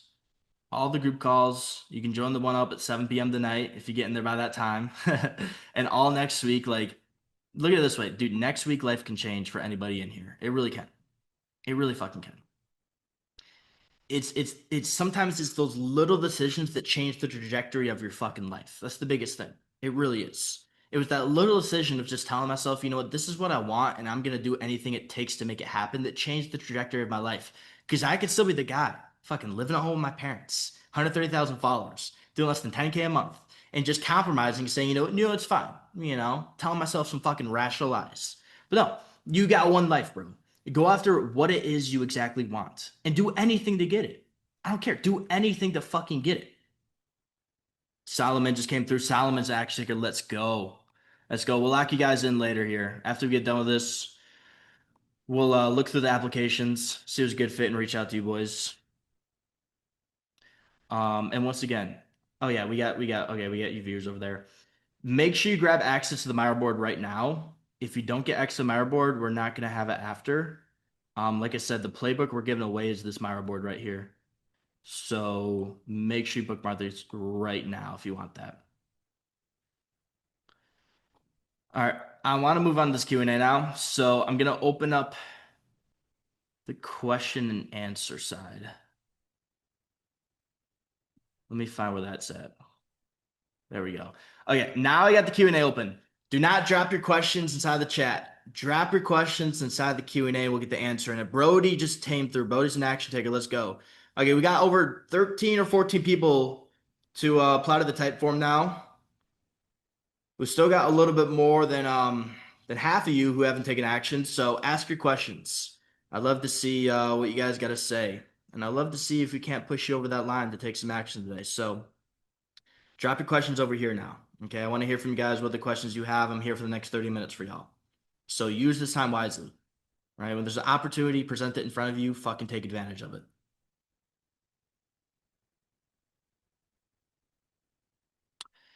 How quickly can I gain 1K followers so I start from zero? Man, like I said, it really just comes down to your determination to win. You know, it's like, what's your belief? If you don't believe you can gain 1K followers in a month at zero, then you're never going to do it. You know, a man can never rise above what he does not see in himself. And so if you do not see that in yourself, you never achieve that. If you want 1K followers, you got to start operating as the Frank who has 1K followers. That's the biggest thing. Because if you show up and your content is zero follower, I'm going to say Frank, I don't know if I'm saying it right, you're not gonna be interesting, you know, no one's gonna like be attracted to you, right? So it's like even before I had 100,000 followers online, dude, I just treated myself like I had that. Like I thought about myself like I had that. It really just comes down to your mindset behind everything, right? Your internal world will dictate your external world. Life is a mirror. It's not a window. You don't see life for what it is. You see life for who you are. So you can get 1,000 followers quickly if you have the right mindset, you stack mental frameworks that work in your favor, and you have the right strategies for social media. How valuable is warm outreach? It definitely works, bro. Depends on where you're at, though. I would say if your content system alone isn't generating warm inbound and isn't generating money through pretty much warm inbound, then warm outreach isn't going to do anything, right? What warm outreach will do is it will spark conversations with people and maybe get them to actually like click through your content funnel and stuff like that. But if your content funnel doesn't generate money alone, then warm outreach won't do much. Unless you just go fucking all in on warm outreach. But I'm all in the business of creating a personal brand that just attracts and converts alone without anything else. 200 followers at the moment. I will scale the audience first, but still spam them stories. Yeah, you gotta start today, bro. Because look at it this way too. Why would people like your content, comment on it, share it? You know, it's because of interest. They're interested. How do you get people more interested? You talk more, right? The more you talk, the more likely somebody's gonna be actually interested in what you're saying. So like you don't start stories at a certain position online. It's not like, okay, I'm at 5,000 followers now. Let me start stories. No, you start building those connections with people in your audience now because people might be more likely to actually like your content when you see it. Maybe comment on it when they see it. Maybe share it with their friend when they see it. All right. I'm scared to commit to mentorship. How can you help me? Nick, I get that, man. Totally get that. It is scary to commit to a mentorship. Not only because you're like, I don't know if this will actually work out, but also because maybe some of your personal self beliefs, right? How can you help me out? That'd be a great discussion we could have, 100%. That's why we reach out to people, have a quick talk with them, and actually see, okay, does this make sense? I would first ask yourself, are you willing to commit? That's the biggest thing. It really does come down to that. Are you willing to commit, right? And the other part of that, are you willing to be coachable, right? It's the biggest thing. If you're willing to be coachable, I can heavily help you self-improve yourself to become the person you need to become to achieve the success you want to achieve.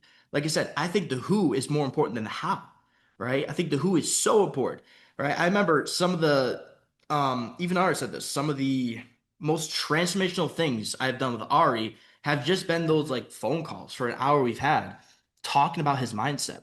You know, it starts off with talking about sales. It starts off as like a sales training call, but then we go deep into his mindset. So let me ask you this, Ari.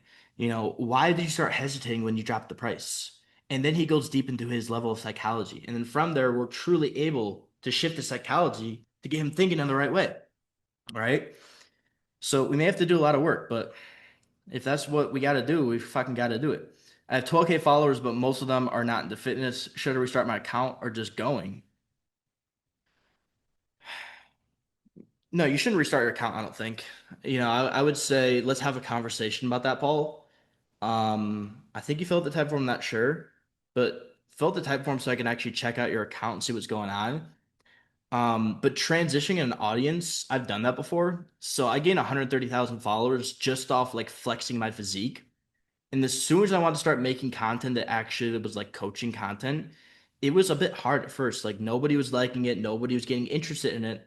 But then I didn't say to myself, let me just completely restart my account. I just said to myself, let me outwork the bias people have. Let me gain a new following.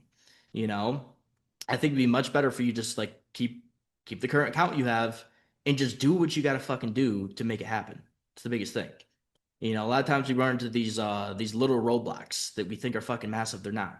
You know, I'm from Spain and improving my English. It's good level, but not native. How big a difference could that make in selling my coaching? Um, Really not much at all. I got a Spanish client who's actually ripping. He's doing really well.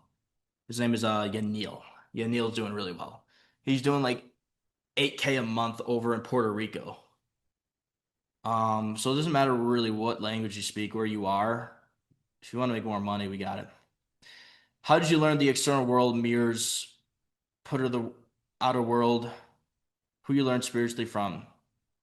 Who originally taught me that? I think I heard it originally from Alex Sedlak, but then I've read over like 30 self-improvement books, and a lot of the recurring themes inside of all the self-improvement books was just like as a man thinketh, for example. It's a great book, right? Your thoughts will dictate your outcomes in life. All right, what thoughts you give energy to will dictate the outcomes you get in life. The only reason I have this penthouse right here is because I thought about it enough.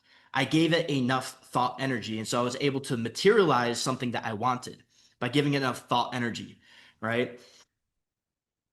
If you give something enough thought energy and you move with speed and you take action on it, you can materialize things in this real world. That's the way things work. That's what manifestation is. That's all it simply is. What you focus on will expand. What you focus on will become real.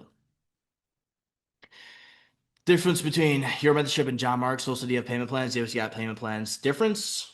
I wish I could exactly tell you. I was in John's like fucking 8 months ago. It's real basic at the time. I don't know what it's like now. I wish I could tell you, but I'd say a couple things in terms of like everybody we have an advantage on. In terms of the mentorship space, in terms of the coaching space, like the coaches coaching the coaches space is going to be first off our information on helping you actually get amazing transformations. I don't think anybody will beat us in that regard. Like if you want the best spot to learn how to get amazing client transformations, that's what we're really, really, really good at that not a lot of other people have, right? Like this PR. Oh my God, my throat's getting sore. Transformation Accelerator over here. Nobody has something like this. You know, people maybe have Notion dashboards and meal plan templates and workout program templates, but nobody has a full fucking guide on how to make amazing transformations because most of these fitness coaches, they've never done fitness to a high level, you know, so they truly don't understand how to get amazing client transformations. And I think that will heavily, heavily, heavily help you sell your coaching. It also comes down to the mentor. At the end of the day, choose the mentor that you like the most, that you think you will be most congruent with. I think that's the biggest thing when it comes to hiring a mentor is the person. I really do think it is the person and the level of communication, right? I think here you'll get a lot higher of a level of communication. I did a freebie of my 1 hour VSL with ManyChat, and then I trot DM sequence, then try and get on the call, but seems quality of leads aren't good on calls, just have excuses, not ready to buy. How are you going to understand sell with the freebies? There's a lot that goes into that.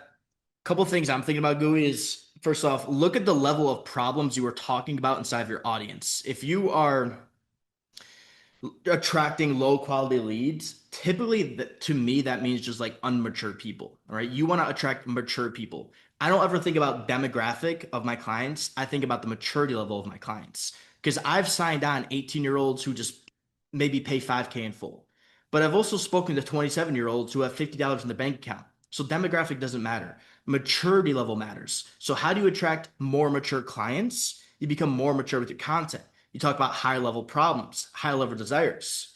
For example, maybe you talk about having a family one day versus just getting women. If you talk about getting women, you're going to attract immature people. If you talk about building a family, you're going to attract mature people. That can first off transition like that initial starting point of who you're attracting inside of your audience. A couple of things go into that. The stories doing the same thing there, but especially like the filtering process. Biggest thing is like it's sometimes the pushback, challenging people. Something we teach inside of our sales framework is actually pushing back and having non-negotiables. First off, people inherently want what they can't have. The second off, you gotta test your clients, like kind of stress test them before you ever actually like allow them in is the biggest thing, right? You never want to pitch somebody into like, okay, this fits my criteria with somebody I want to work with. Sometimes it might be better for you to actually push that person away, all right? Get them to mature a little, watch some more of your content, then pitch them. There's a lot that goes into getting higher quality leads. There really is. We could take a big look into it, man. If you got something more specific, definitely rip it in the Q&A. Man, so I've been posting for about 2 months and literally just been ripping only talking heads. The only thing that I love about this call was learning more about the top of funnel content, also doing 1 to 2 YouTube videos a week. So what's the needle moving things I need to do? What things I need to focus on to build the foundation for the next 3 months specifically? I like the talking heads, but how often should I start posting the top of funnel content and should I rip more than 2 reels a day? So that's a lot there, Max. What I'm getting right there is I think your content's too basic. So I'm going to explain a pretty extreme analogy. If you're trying to sell coaching online, you need to signal to your audience that your coaching helps people become more fuckable. Okay? Helps people become more fuckable. At the end of the day, people buy things to become more fuckable. People don't buy cologne, they buy confidence. People don't buy Rolexes, they buy status. People don't buy Louis Vuitton, they buy status, right? People aren't just buying the thing, they're buying the identity that comes with it. So you got to look at your content and ask yourself, what identity are you giving to your audience, right? If it's not a really fuckable identity, is it really that sexy? No, if it's just talking heads, like cool, you're nailing down one thing, which is good. But then showcase maybe physique, showcase relationships, talk about mindset, talk about confidence, right? Do different formats, do different topics. You need to have a broad range that reaches a lot of people, if that makes sense. Hope that's kind of making sense. You just got to expand your content vocabulary, as I like to call it, right? Your content vocabulary is all those different things that you talk about, the signal to people, you help them become more fuckable, if that makes sense.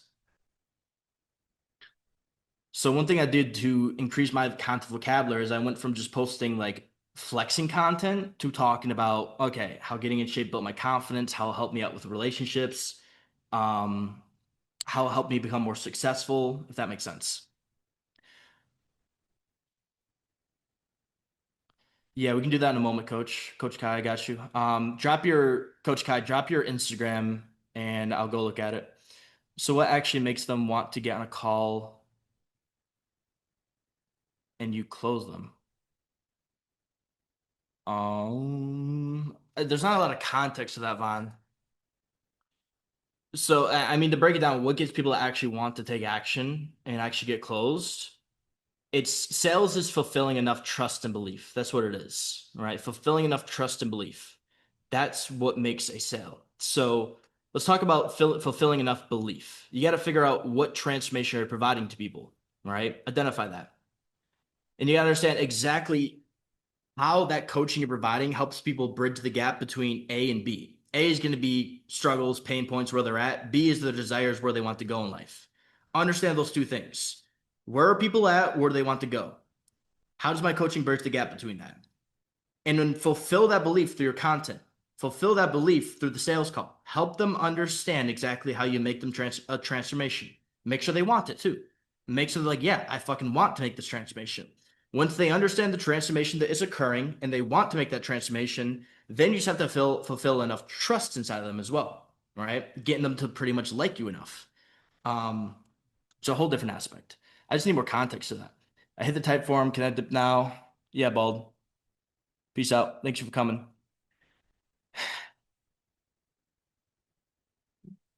All right. It's reaching out to people who comment for free guides and reels going to get clients because they aren't nurtured much and just seeking free stuff. No. Yeah, some people actually do say that. I do think ManyChat is a really great way of sparking a convo.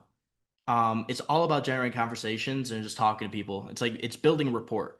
All right. Who are you more likely to buy from? This random person you just met or your best friend? It's gonna be your best friend. Now, how did that person become your best friend? You spent a lot more time with them. And so it's not about instantly trying to sell somebody who commented and got the free guide. It's just about sparking the convo. It may have to happen for a couple days, a couple weeks, sometimes maybe even a couple months. You may have to talk to them for 2, 3 months to get them to eventually close. But do you want to get the sale, or do you just want to focus on like instant gratification? That's the biggest thing. So what you can do inside of there is just like once they do the menu chat and you get that inbound DM, right? You go reach out, hey, how'd you like the video? Oh, I didn't watch it yet. Okay, go watch it. Let me know how you like it after. Hey, I watched the video. I liked it. Okay, cool. I got some more videos for you. Have you watched this one? No, I haven't. Okay, tell me about like what are you trying to achieve? Where are you at? It's just general conversation. And you never move to professional inside of that DM setting conversation. You never move until like, do you want help with this? Do you want to hop on a call? Until they're like, okay, they have fully fleshed out where they're at. They have fully fleshed out where they want to go. And they pretty much have said, yeah, I'm struggling right now. I want to make a transformation, but I'm struggling. That's when you say, okay, do you want help? I'm willing to admit I still don't have finances yet. Yeah, Paul, we'll discuss that. We'll see where you're at. Um, Gooey, should you only try getting people on calls when they show genuine interest? Like, I need it for life's sakes. Let's say they miss a call and that shows they don't want it enough and won't buy right now. So, how to know when the right time to hop on these calls with people?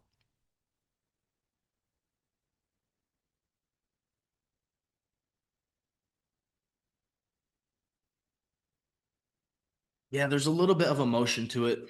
So it depends where you're at with business. If you have time, get people on calls. 100%. If you have plenty of time, get people on calls. If you don't have a lot of time, you don't want to be spending a lot of time on calls with unqualified people. Gooey, I think with where you're at, you probably have a good amount of time in your hands. So what I'd be doing is getting as many people on calls as possible. Of course, qualifying them, making sure you're somewhat motivated, but they're just talking to them. And if they're not ready to buy, then don't pitch them. Don't pitch them. Move them to a free asset, something like that. Preston, the niche I want to help is not me, but if I can talk to their pains, I can coach them, right? I wouldn't recommend doing that because you're not going to be really able to relate. It's like the energy transfers what really sells. So if you're trying to talk about helping 300 pounders lose 100 pound of weight, but you've never done that, you've gained like 50 pounds, you went from 150 to 200, like you bulked up, gained muscle, and you're trying to help fat people lose a lot of weight, you're not going to be able to really relate to them. Your story's not going to hit home with them. It's just, there's not going to be alignment from what you're saying to what you're delivering, if that makes sense. Vaughn, so instead of focusing on the position now, focus on where we want to go. Well, yeah, if you keep thinking about yourself with where you currently are, you're going to stay there. All right. And so you need to future pace. You need to think about yourself as the person you're going to become. Start acting as the person you're going to become. Vaughn, start operating as the $10,000 a month coach you're going to become. Do you face slow months? How do you handle them? No, I haven't really at all. We're typically up and up and up, and that's just simply because we don't tolerate that. We keep standards high. It literally just comes down to that. The only reason you would face a slow month is because you made some money, it was enough, you hit your cap, and you got fucking lazy. That's the truth. The only reason you don't make more money is because you simply tolerate it. It's simply because you got comfortable there. That's your cap. There's a lot of people who get stuck at 10K a month, 20K a month, 30K a month. The reason they get stuck there is because that's enough for them. That's why I talked all about the mentor frameworks. If you're stuck with the amount of money you're making, it's simply because there's not a stronger reason to make more. Gustavo, how do you figure out how to position yourself towards a mature audience, promote the same transformation with different wording, framing, or promote a different transformation? No, I would say it'd be talking about the level of pain points and also how in depth you're actually able to talk about those level of pain points. I actually gave this speech to Adam the other day. So think about it this way: like an immature person is going to think very shallowly. A very mature person is going to think a lot more in depth. So let's take the same pain point, for example. Um,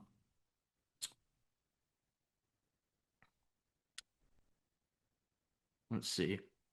Let's just say you're tired of being out of shape. Super simple, right? One coach may say, may hit the pain point of you're tired of being out of shape and you want to get in shape to get confidence levels up so you can get some woman. It's super fucking shallow. It's a super shallow pain point, right? It's going to speak to a very immature audience.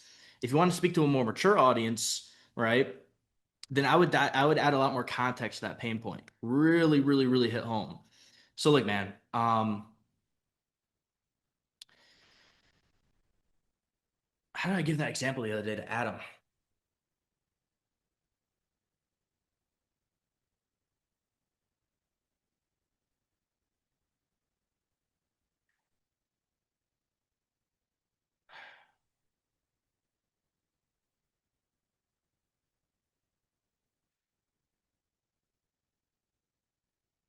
I have to restart that one, dude. I answered this question for Adam the other day, but in general, because I just talked for fucking 3 hours, dude, I'm losing it. In general, it's the level of depth you actually talk about that pain point and that desire too, right? Once again, if you talk about desire of wanting to get woman, attract an immature audience. If you talk about desire about how, okay, bro, you need to get in shape so you attract a high quality partner who has high standards and you want to raise a family of high standards and have somebody committed to you for life, like that's diving more in depth actually about the desire, if that's making sense. Okay, let's check out Kai, the Kai Walker.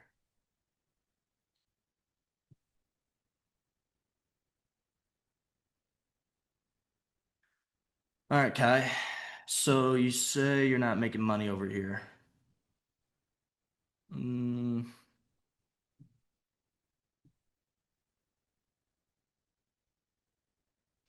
I'll say first thing, there's no talking head in the story. It's a big part of it. Use the expansion process here. So you show the meal you're eating, but you're gonna want to expand that. It's the biggest thing. Talk about what you're even doing here, right? People are just observing this at the moment, but they're not really being inspired by it. So does this piece of content truly fill people's cup up, or is it just waste 10 seconds of their time? You may even want to explain this after. So you guys just saw what I posted in my last story, Proverbs 12:24, the hand of the diligent will rule, while the lazy will be put to forced labor. I found that really striking, and it really hit home because of X, Y, and Z. Explain what it means to you. People need analogies. People need analogies.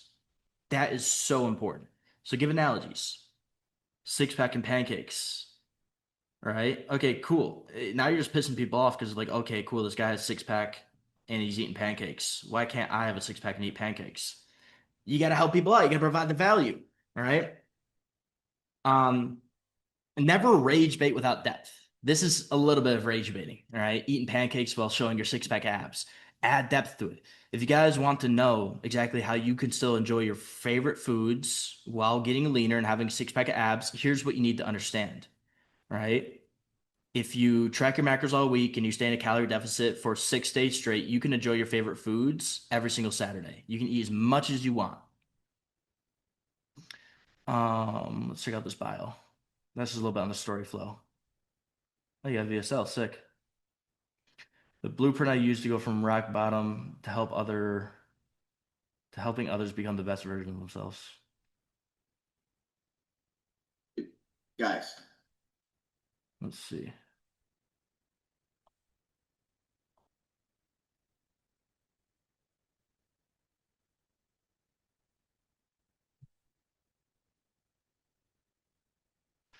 For me, there's just a lot going on here. A really important thing about a VSL is creating cognitive ease. So what that means is make it super, super, super simple for people to understand. What I would actually do is probably like a follow-up VSL and like a day in the life type stuff.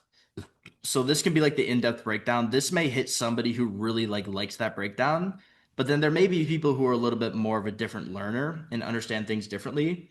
So that's when like the day in the life really works out well.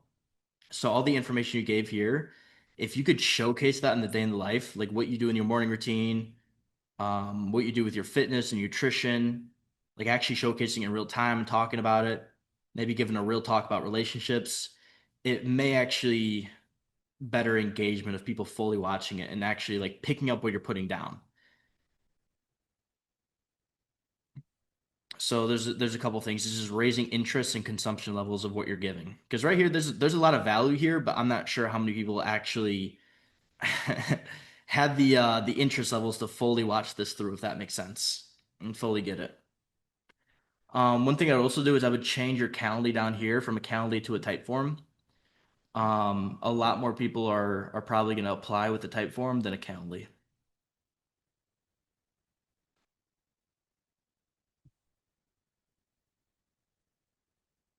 And then you're just missing depth with your content as well. So like these are really good top of funnel. I would incorporate maybe a little bit more middle inside of it as well. So what I would tell you to do is like keep doing one edit a day, but then do one talking head as well. Like this. Like this is a talking head. This is good. Edits are really good to get people in your audience and grow this following. The talking heads is what's really going to build that personal brand, that personal relationship.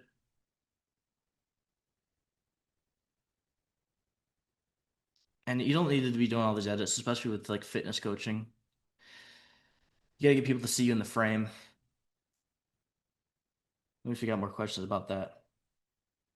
But so far, what we got going is good. I just think with some small adjustments. You said you're making no money at the moment. I think with small adjustments, you can make a lot more though. I would set up your pin post correctly as well.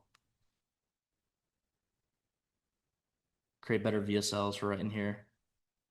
And then just keep driving more people to that VSL. You know, if you're not making money at the moment, drive people to that VSL every day. Have a pinned mini chat automation post that drives people to that. I don't love that VSL. I would definitely make a little changes to it. What are some mental stacks? Wait, let me come back to this. What are some mental stacks you use when facing adversity? Um, Dude, what are you gonna do about it? You gonna bitch out or you gonna push through? You know, you face adversity, oh well. You know, it's like you get paid in perpetuity the size of problems you solve. And so if you're facing adversity, great. It's a great practice to become a better problem solver. Mets, how do I go from posting no content to posting coaching class fitness hinted content without people being like, what the fuck? I didn't even know he was a coach.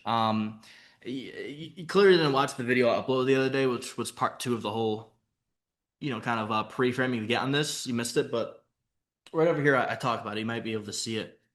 So you should be building a personal brand and not a fitness brand, right? A fitness brand isn't going to sell your coaching. A personal brand is going to sell your coaching. People must buy into you before they buy into your coaching. So what that simply means is like you don't post coaching content. You post content that gets people to see you as a coach, right? If that makes sense. You don't say, "Hey, I'm a coach." You do the things to get people to think he is a coach. If that makes sense. So I would say it's like everything outside of trying to sell your coaching is what will sell your coaching, pretty much, right? And break this down over here. Make content about your story, about your experiences, about your struggles. Make content about your achievements, about your goals, about your direction in life. Don't say, "Hey, I'm a coach." Say, "This is what I've gone through.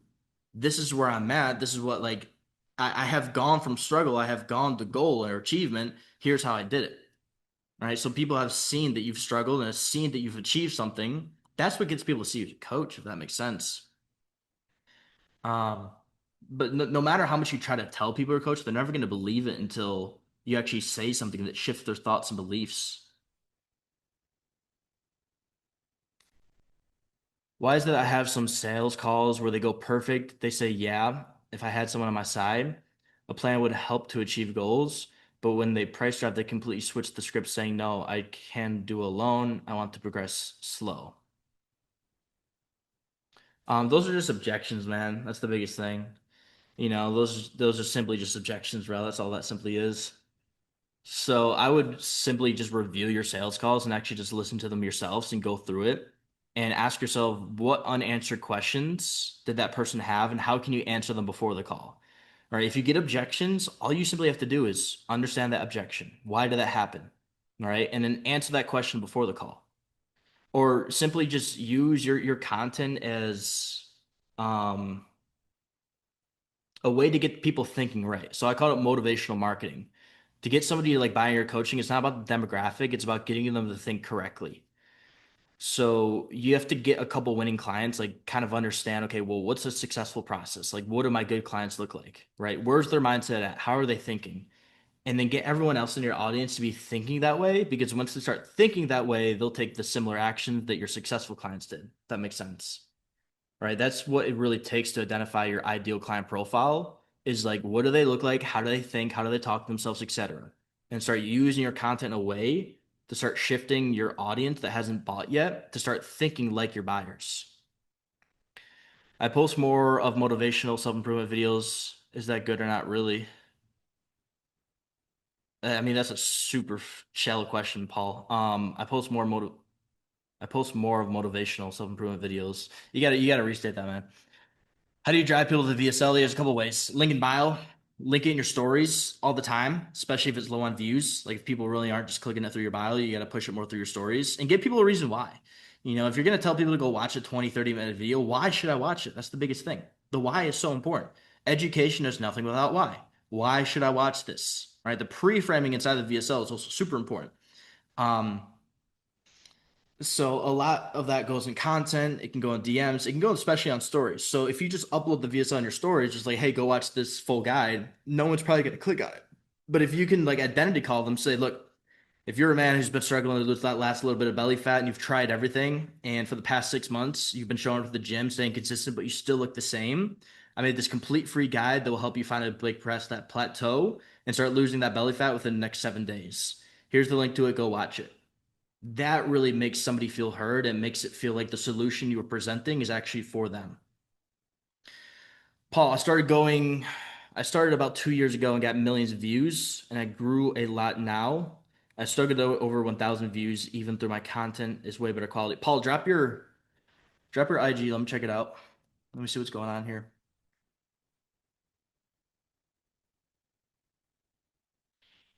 But yeah, final call too.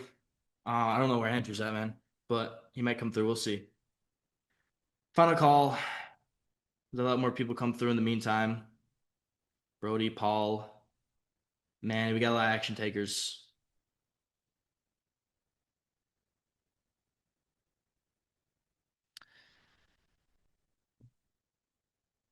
Paul lifts heavy.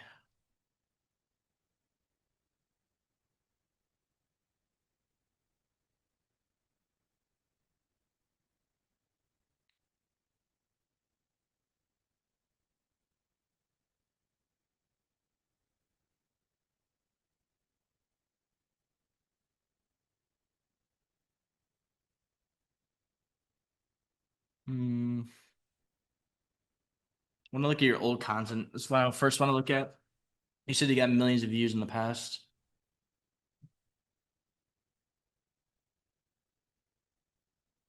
Yeah, I'll check that out too, Von. So first, I just want to compare what was working well to what's working or what's not working now. So what's the secret to growing shoulders?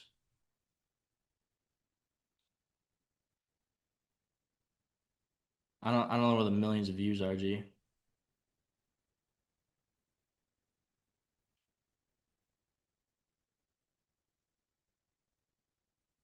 No, I see. I see. I would say one thing, it was a little bit easier, or I should say a lot easier to get views back in 2023 and 2024. It's harder now. Like 100% is harder. But that just means you have to get better. Like, of course, you're getting these views back in the day because it was 2023, dude. Right? Anybody could blow up back then. It was super, super simple. Um, let's see where you're getting now. I mean, it's just like, is this content super interesting? Is my biggest question. That's what I'd first ask you is like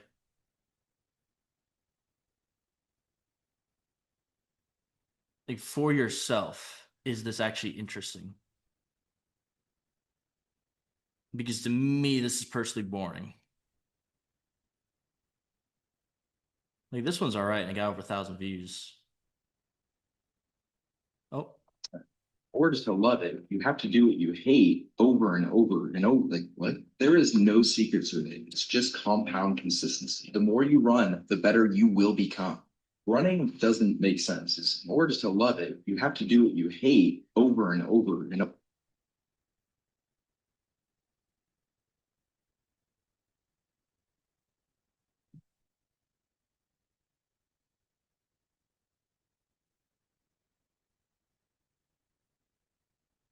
hmm.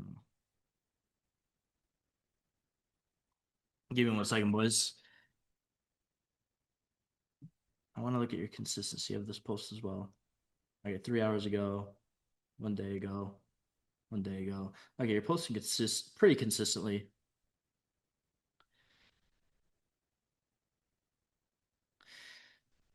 A couple of things I would say is one thing, consistency of what you're actually posting isn't there.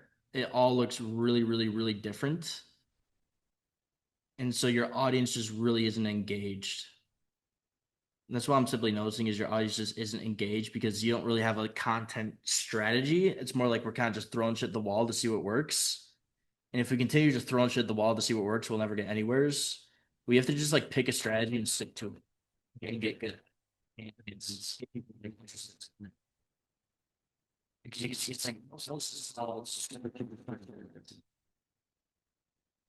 so what you have to do is pick like the Google. So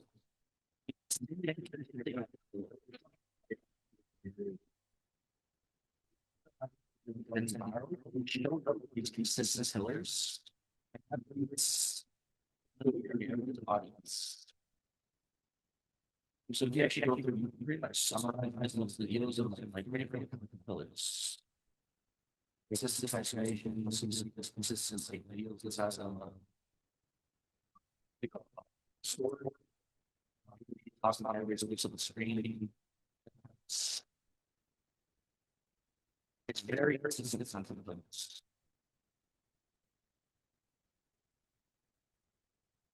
So it's consistent. It's like we're everybody getting better at themselves. Just your level of engagement, your correct audience is there. Seriously, sometimes we get that engagement. What's going on?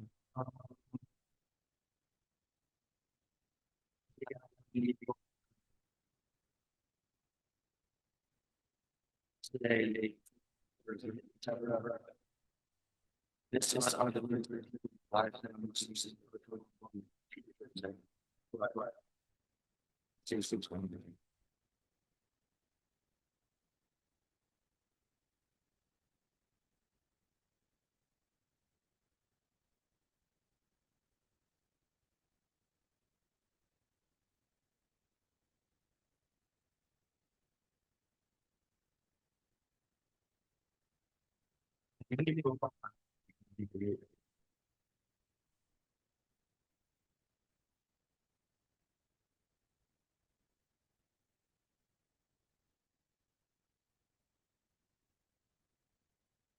I said something you would look hard. You know, which allowing you the church and down. You already made me. Smith me with especially about it like the middle of the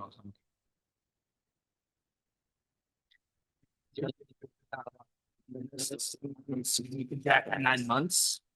It's like why should people listen? It's just a talking head. If you want to talk about that, I would like show the app, show the physique right away. And I do like this right here. This is good that you add that in.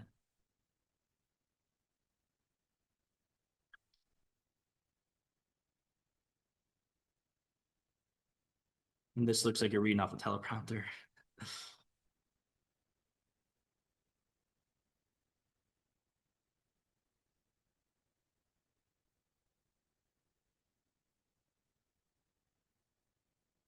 And then this transformation is super basic. You just say you locked in for 60 days.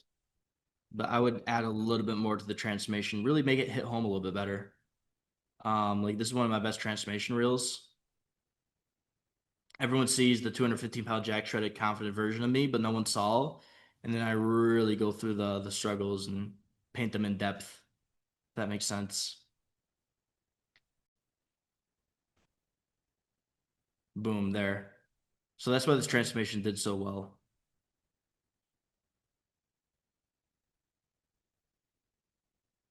Attract a more mature audience totally makes sense. But looking at Ari's content, he makes a lot of videos on how to lose weight with unhealthy foods. Doesn't this attract low quality leads who kind of aren't willing to fully commit? I do understand his offer, like counting calories doesn't matter if it's processed food or not, but I don't see so much mature content. Can you give more examples? Also, kind of like having that test. Could this attract? Oh yeah.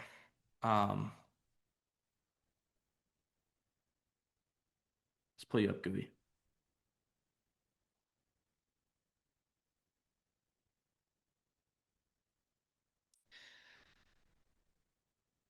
Well, let's say first things first, Gooey. You do look like you're 17 years old, so I'd say that'd be a big part of it. Is you just look young online. You know, that's the truth. Like very young here.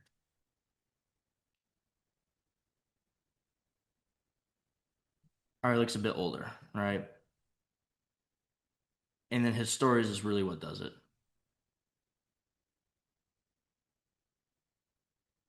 Like this is what we're talking about, right? That top of funnel on the reels is not exactly what I'm saying in terms of attracting the more mature audience. Um, because the way I was able to actually get people inside my audience to like reach out, pay in full, it was just talking more of my stories, getting those like quiet watchers inside my audience to actually see like, okay, why should they invest with me? They maybe originally came from, okay, let's say a less mature reel talking about how Tess Milano can like transform my physique. That got them to originally follow. And then when they were watching my stories, if I just talked about like higher level stuff, they were like, oh, okay. This guy's actually a lot more in depth than I thought he was. What I need to do better, G. Let's come back over, Von.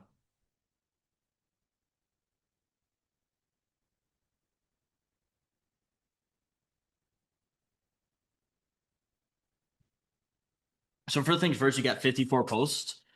I want to see what your consistency is like. July 28th, June, July. Brother, you need to upload, dude. It's been since fucking July you uploaded. And these were all in one day. Yeah, your consistency's just shit, dude. Um, it's September. Wait, going the wrong direction. There we go. Yeah, you haven't uploaded in like 2 months. And then that one day you uploaded one, two, three, four videos. And then it was like a week before you uploaded once again. Yeah, your consistency's just off, man.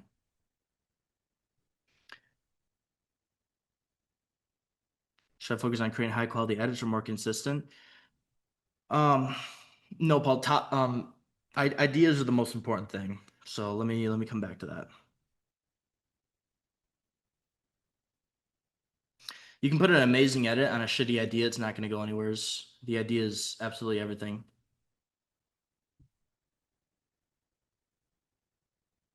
So I would take a hard look at your ideas. It's like, what conversation can this generate? What value can it provide? You know, this is just an edit of you.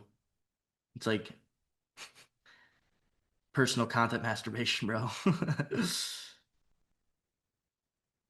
Make content that generates conversations, make content that provides people value. Once again, this is like 3 years lifting. Cool. What is this supposed to do? Just figure out what you want to do with your life. Ignore the opinions of others and just do so much work that it'd be unreasonable for you to lose.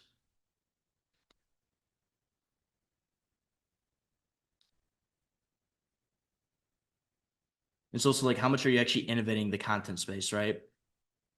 You're only going to grow and be rewarded in life if you are innovating. All right. So are you actually innovating anything? Are you providing anything in a new perspective, making anything more digestible and clear to people? You need to innovate if you want to grow.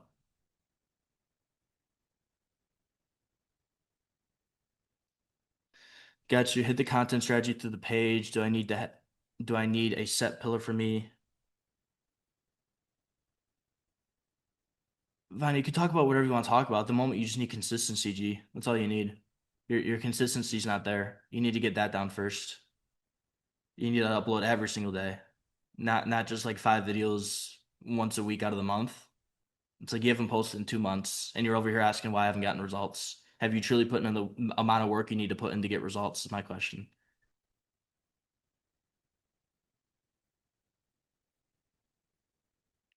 Is that making sense though, Paul?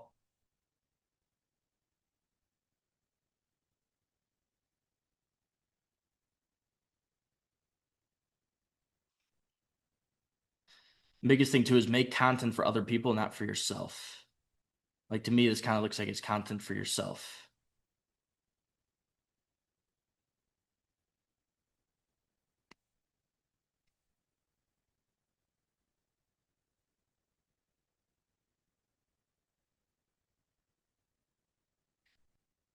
All right, drop some more questions up inside of here. Um, see what you boys got to say. Check the chat.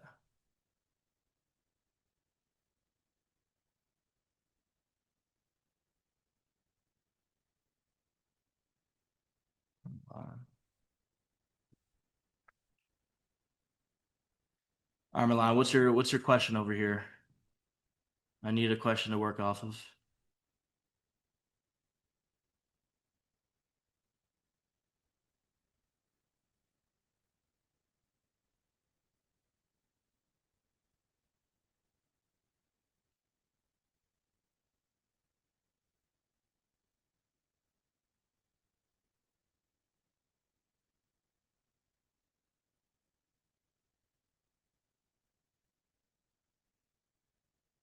How to manage day with so many things at work at once, like DMs, editing, posting. Feels like I'm constantly trying to put out fires, focusing on DMs that I haven't posted in 2 days. So go focus on that and focus on, well, first things first is if you want to talk about personally, I'd first identify like your highest leverage tasks. Like that's the first thing is like what's the most important thing to get done, and then just like strategize when you're gonna do that throughout the day. So like I have a full Google Calendar, pretty much breaking down what am I doing at the certain moments of the day. All right, if you don't have a Google Calendar, you need to get one. Um, I create a Google Calendar for you, so it's like you set aside this 30 minutes or this 1 hour time block to create content. You set aside this to answer DMs or something like that. You just need to strategize your day, right? Um, Create priority lists so you actually understand what's most important to focus on. But I'd say a couple of things like delegation is extremely important, right? It's like you can get to a certain point doing things by yourself, but there comes a point where you need to delegate. You need to get people to help you out, right? You need people to maybe answer your DMs. You need people to maybe help you run business, whatever it may be. You need maybe a mentor to provide you clarity. But say first thing, Google Calendar, understanding your top priorities, making sure you're morning journaling every single morning, thinking about delegation. I'm still not 100% clear on how to target a mature audience if you want to get into that. Gustavo. Gustavo, you got an Instagram? Let me check it out.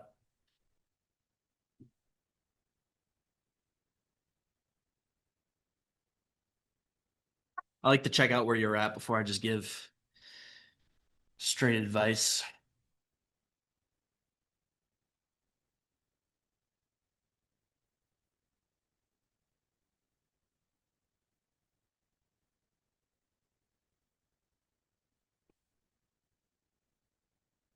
Drop your IG if I can check it out.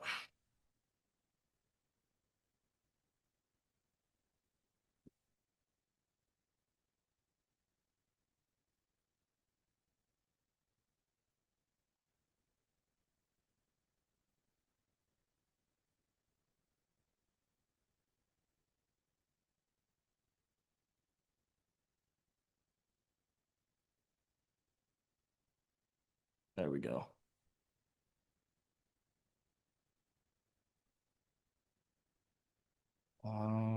One moment here. So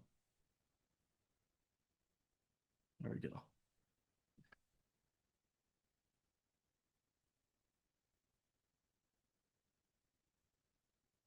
Well, at your position, I wouldn't even be asking myself the question of how do I target a mature audience. G, I would be asking myself, how do I even gain an audience? Um,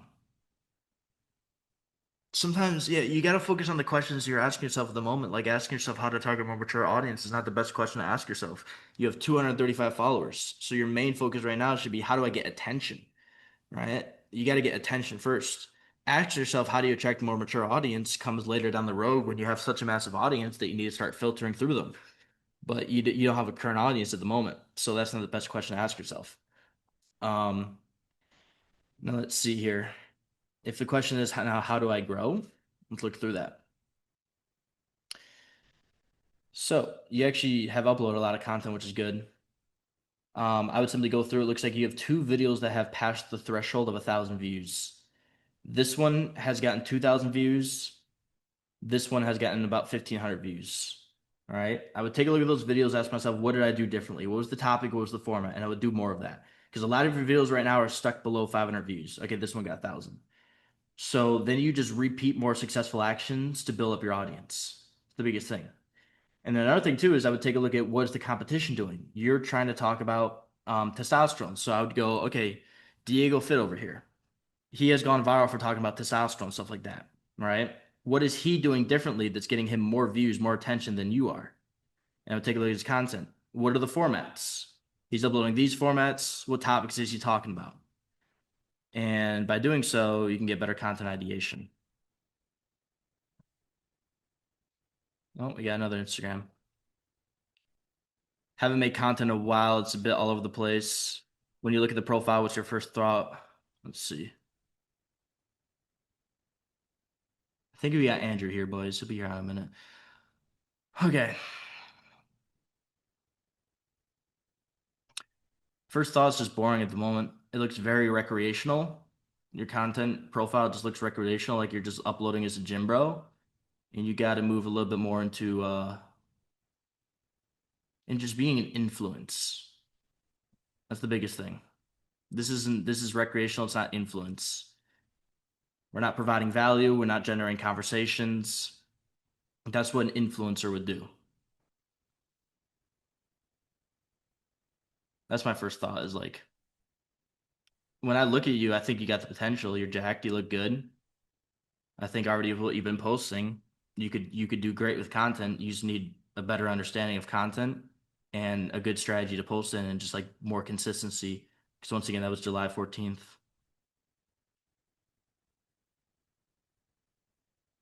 You got questions about what I said there though, in terms of going from recreational to more professional? Not even more professional, but just more influencer.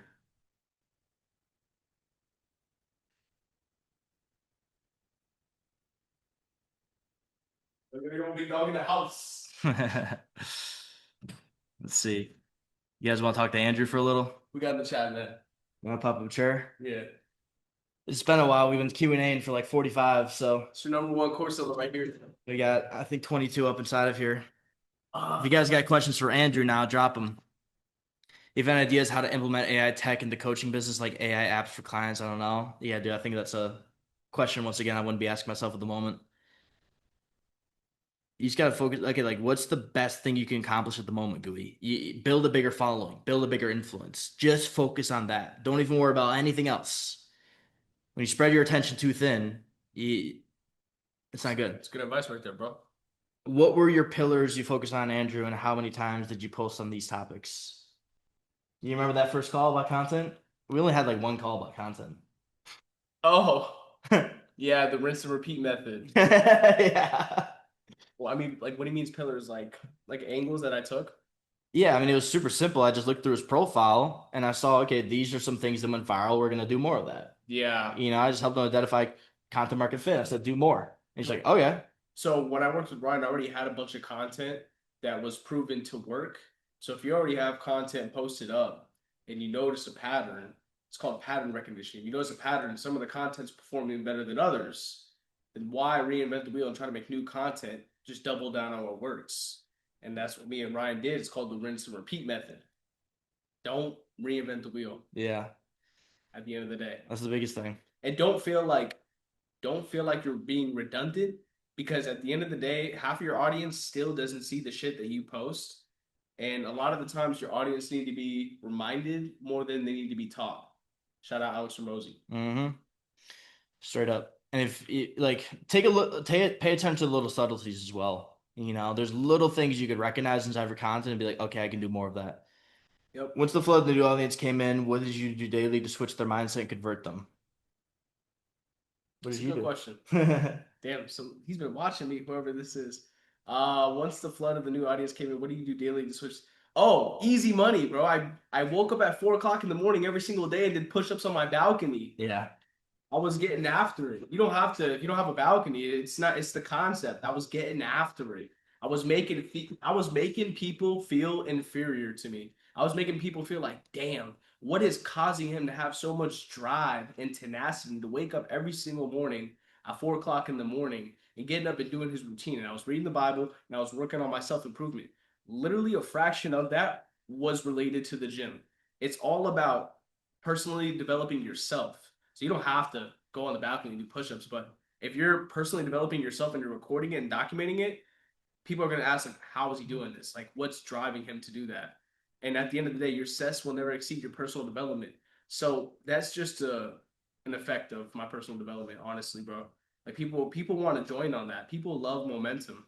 They want to ride that momentum. They want that high on life mentality that you have that's causing you to be so productive with your life and so personally developed. So whatever gets you locked in, do it, document it. Do your stories help with the growth, or is it just better focus on pushing out reels daily purely for growth? Well, that's what we just broke down acceleration funnel, bro. You post viral content in your reels, you get them to watch your stories, and they do a lot of the nurturing on the stories as well. And it's really dependent on where everyone's at. You know, some people I'll tell, okay, post more middle inside of the actual reels, or just focus on just top inside the reels and do more middle and just the stories. It's very fluid, you know, content's very fluid. It really depends. So do stories help with growth? It does not help with actual growth. It can a little. It can actually get some more people to follow you because they click on your profile. They see you got stories, so they actually drop you a follow. Like, yeah, it can somewhat help with it. Is it going to grow your account massively? No, no, but it will nurture those people. And was it easy closes after the VSL or some objections? How do you adjust the issue? Well, let's say I can answer first. Do you answer it? Yeah. It's like the VSL helped, but I'd say the sales training helped the most. You know, we talked a lot about sales and like the psychology behind it and just shifting Andrew psychology, and that really got us fucking close right up. You know, you were vibing last month. You were fucking vibing, closing everybody. You know, like sales is the transfer of belief. And Yeah. so if you're not fucking heavily believing inside of yourself, you're not going to sell well. It's true. So like the VSL will help out a lot, but it's not just going to get you instant sales. You have to become the person that people want to fucking buy from. Any thoughts that come to your mind or? Honestly, I was gonna say something completely different, but when you just said that, Yeah. I agree. Yeah. You know, somebody can go through the entire process. You can show up and just have low energy and they're not going to buy. It's all about the energy. Frequency. Yeah. And what do you think I could do more specifically, less recreational? Well, it's just like you're just uploading a video of you just like pushing 315. It's like that's just record like it's just No recreational. one cares, buddy. You know? No one cares. Right. It's like it's gotta drive conversations, it's gotta provide value, it's gotta maybe even be a little bit more entertaining, for example. So you gotta get people to see you in a coaching frame. So when they come through your content ecosystem, they gotta see you provide value, all right? They gotta see you shift their beliefs and their mindset, stuff along those lines, right? You can't just say you're a coach online and be a coach. You have to get people to see you in the coaching frame.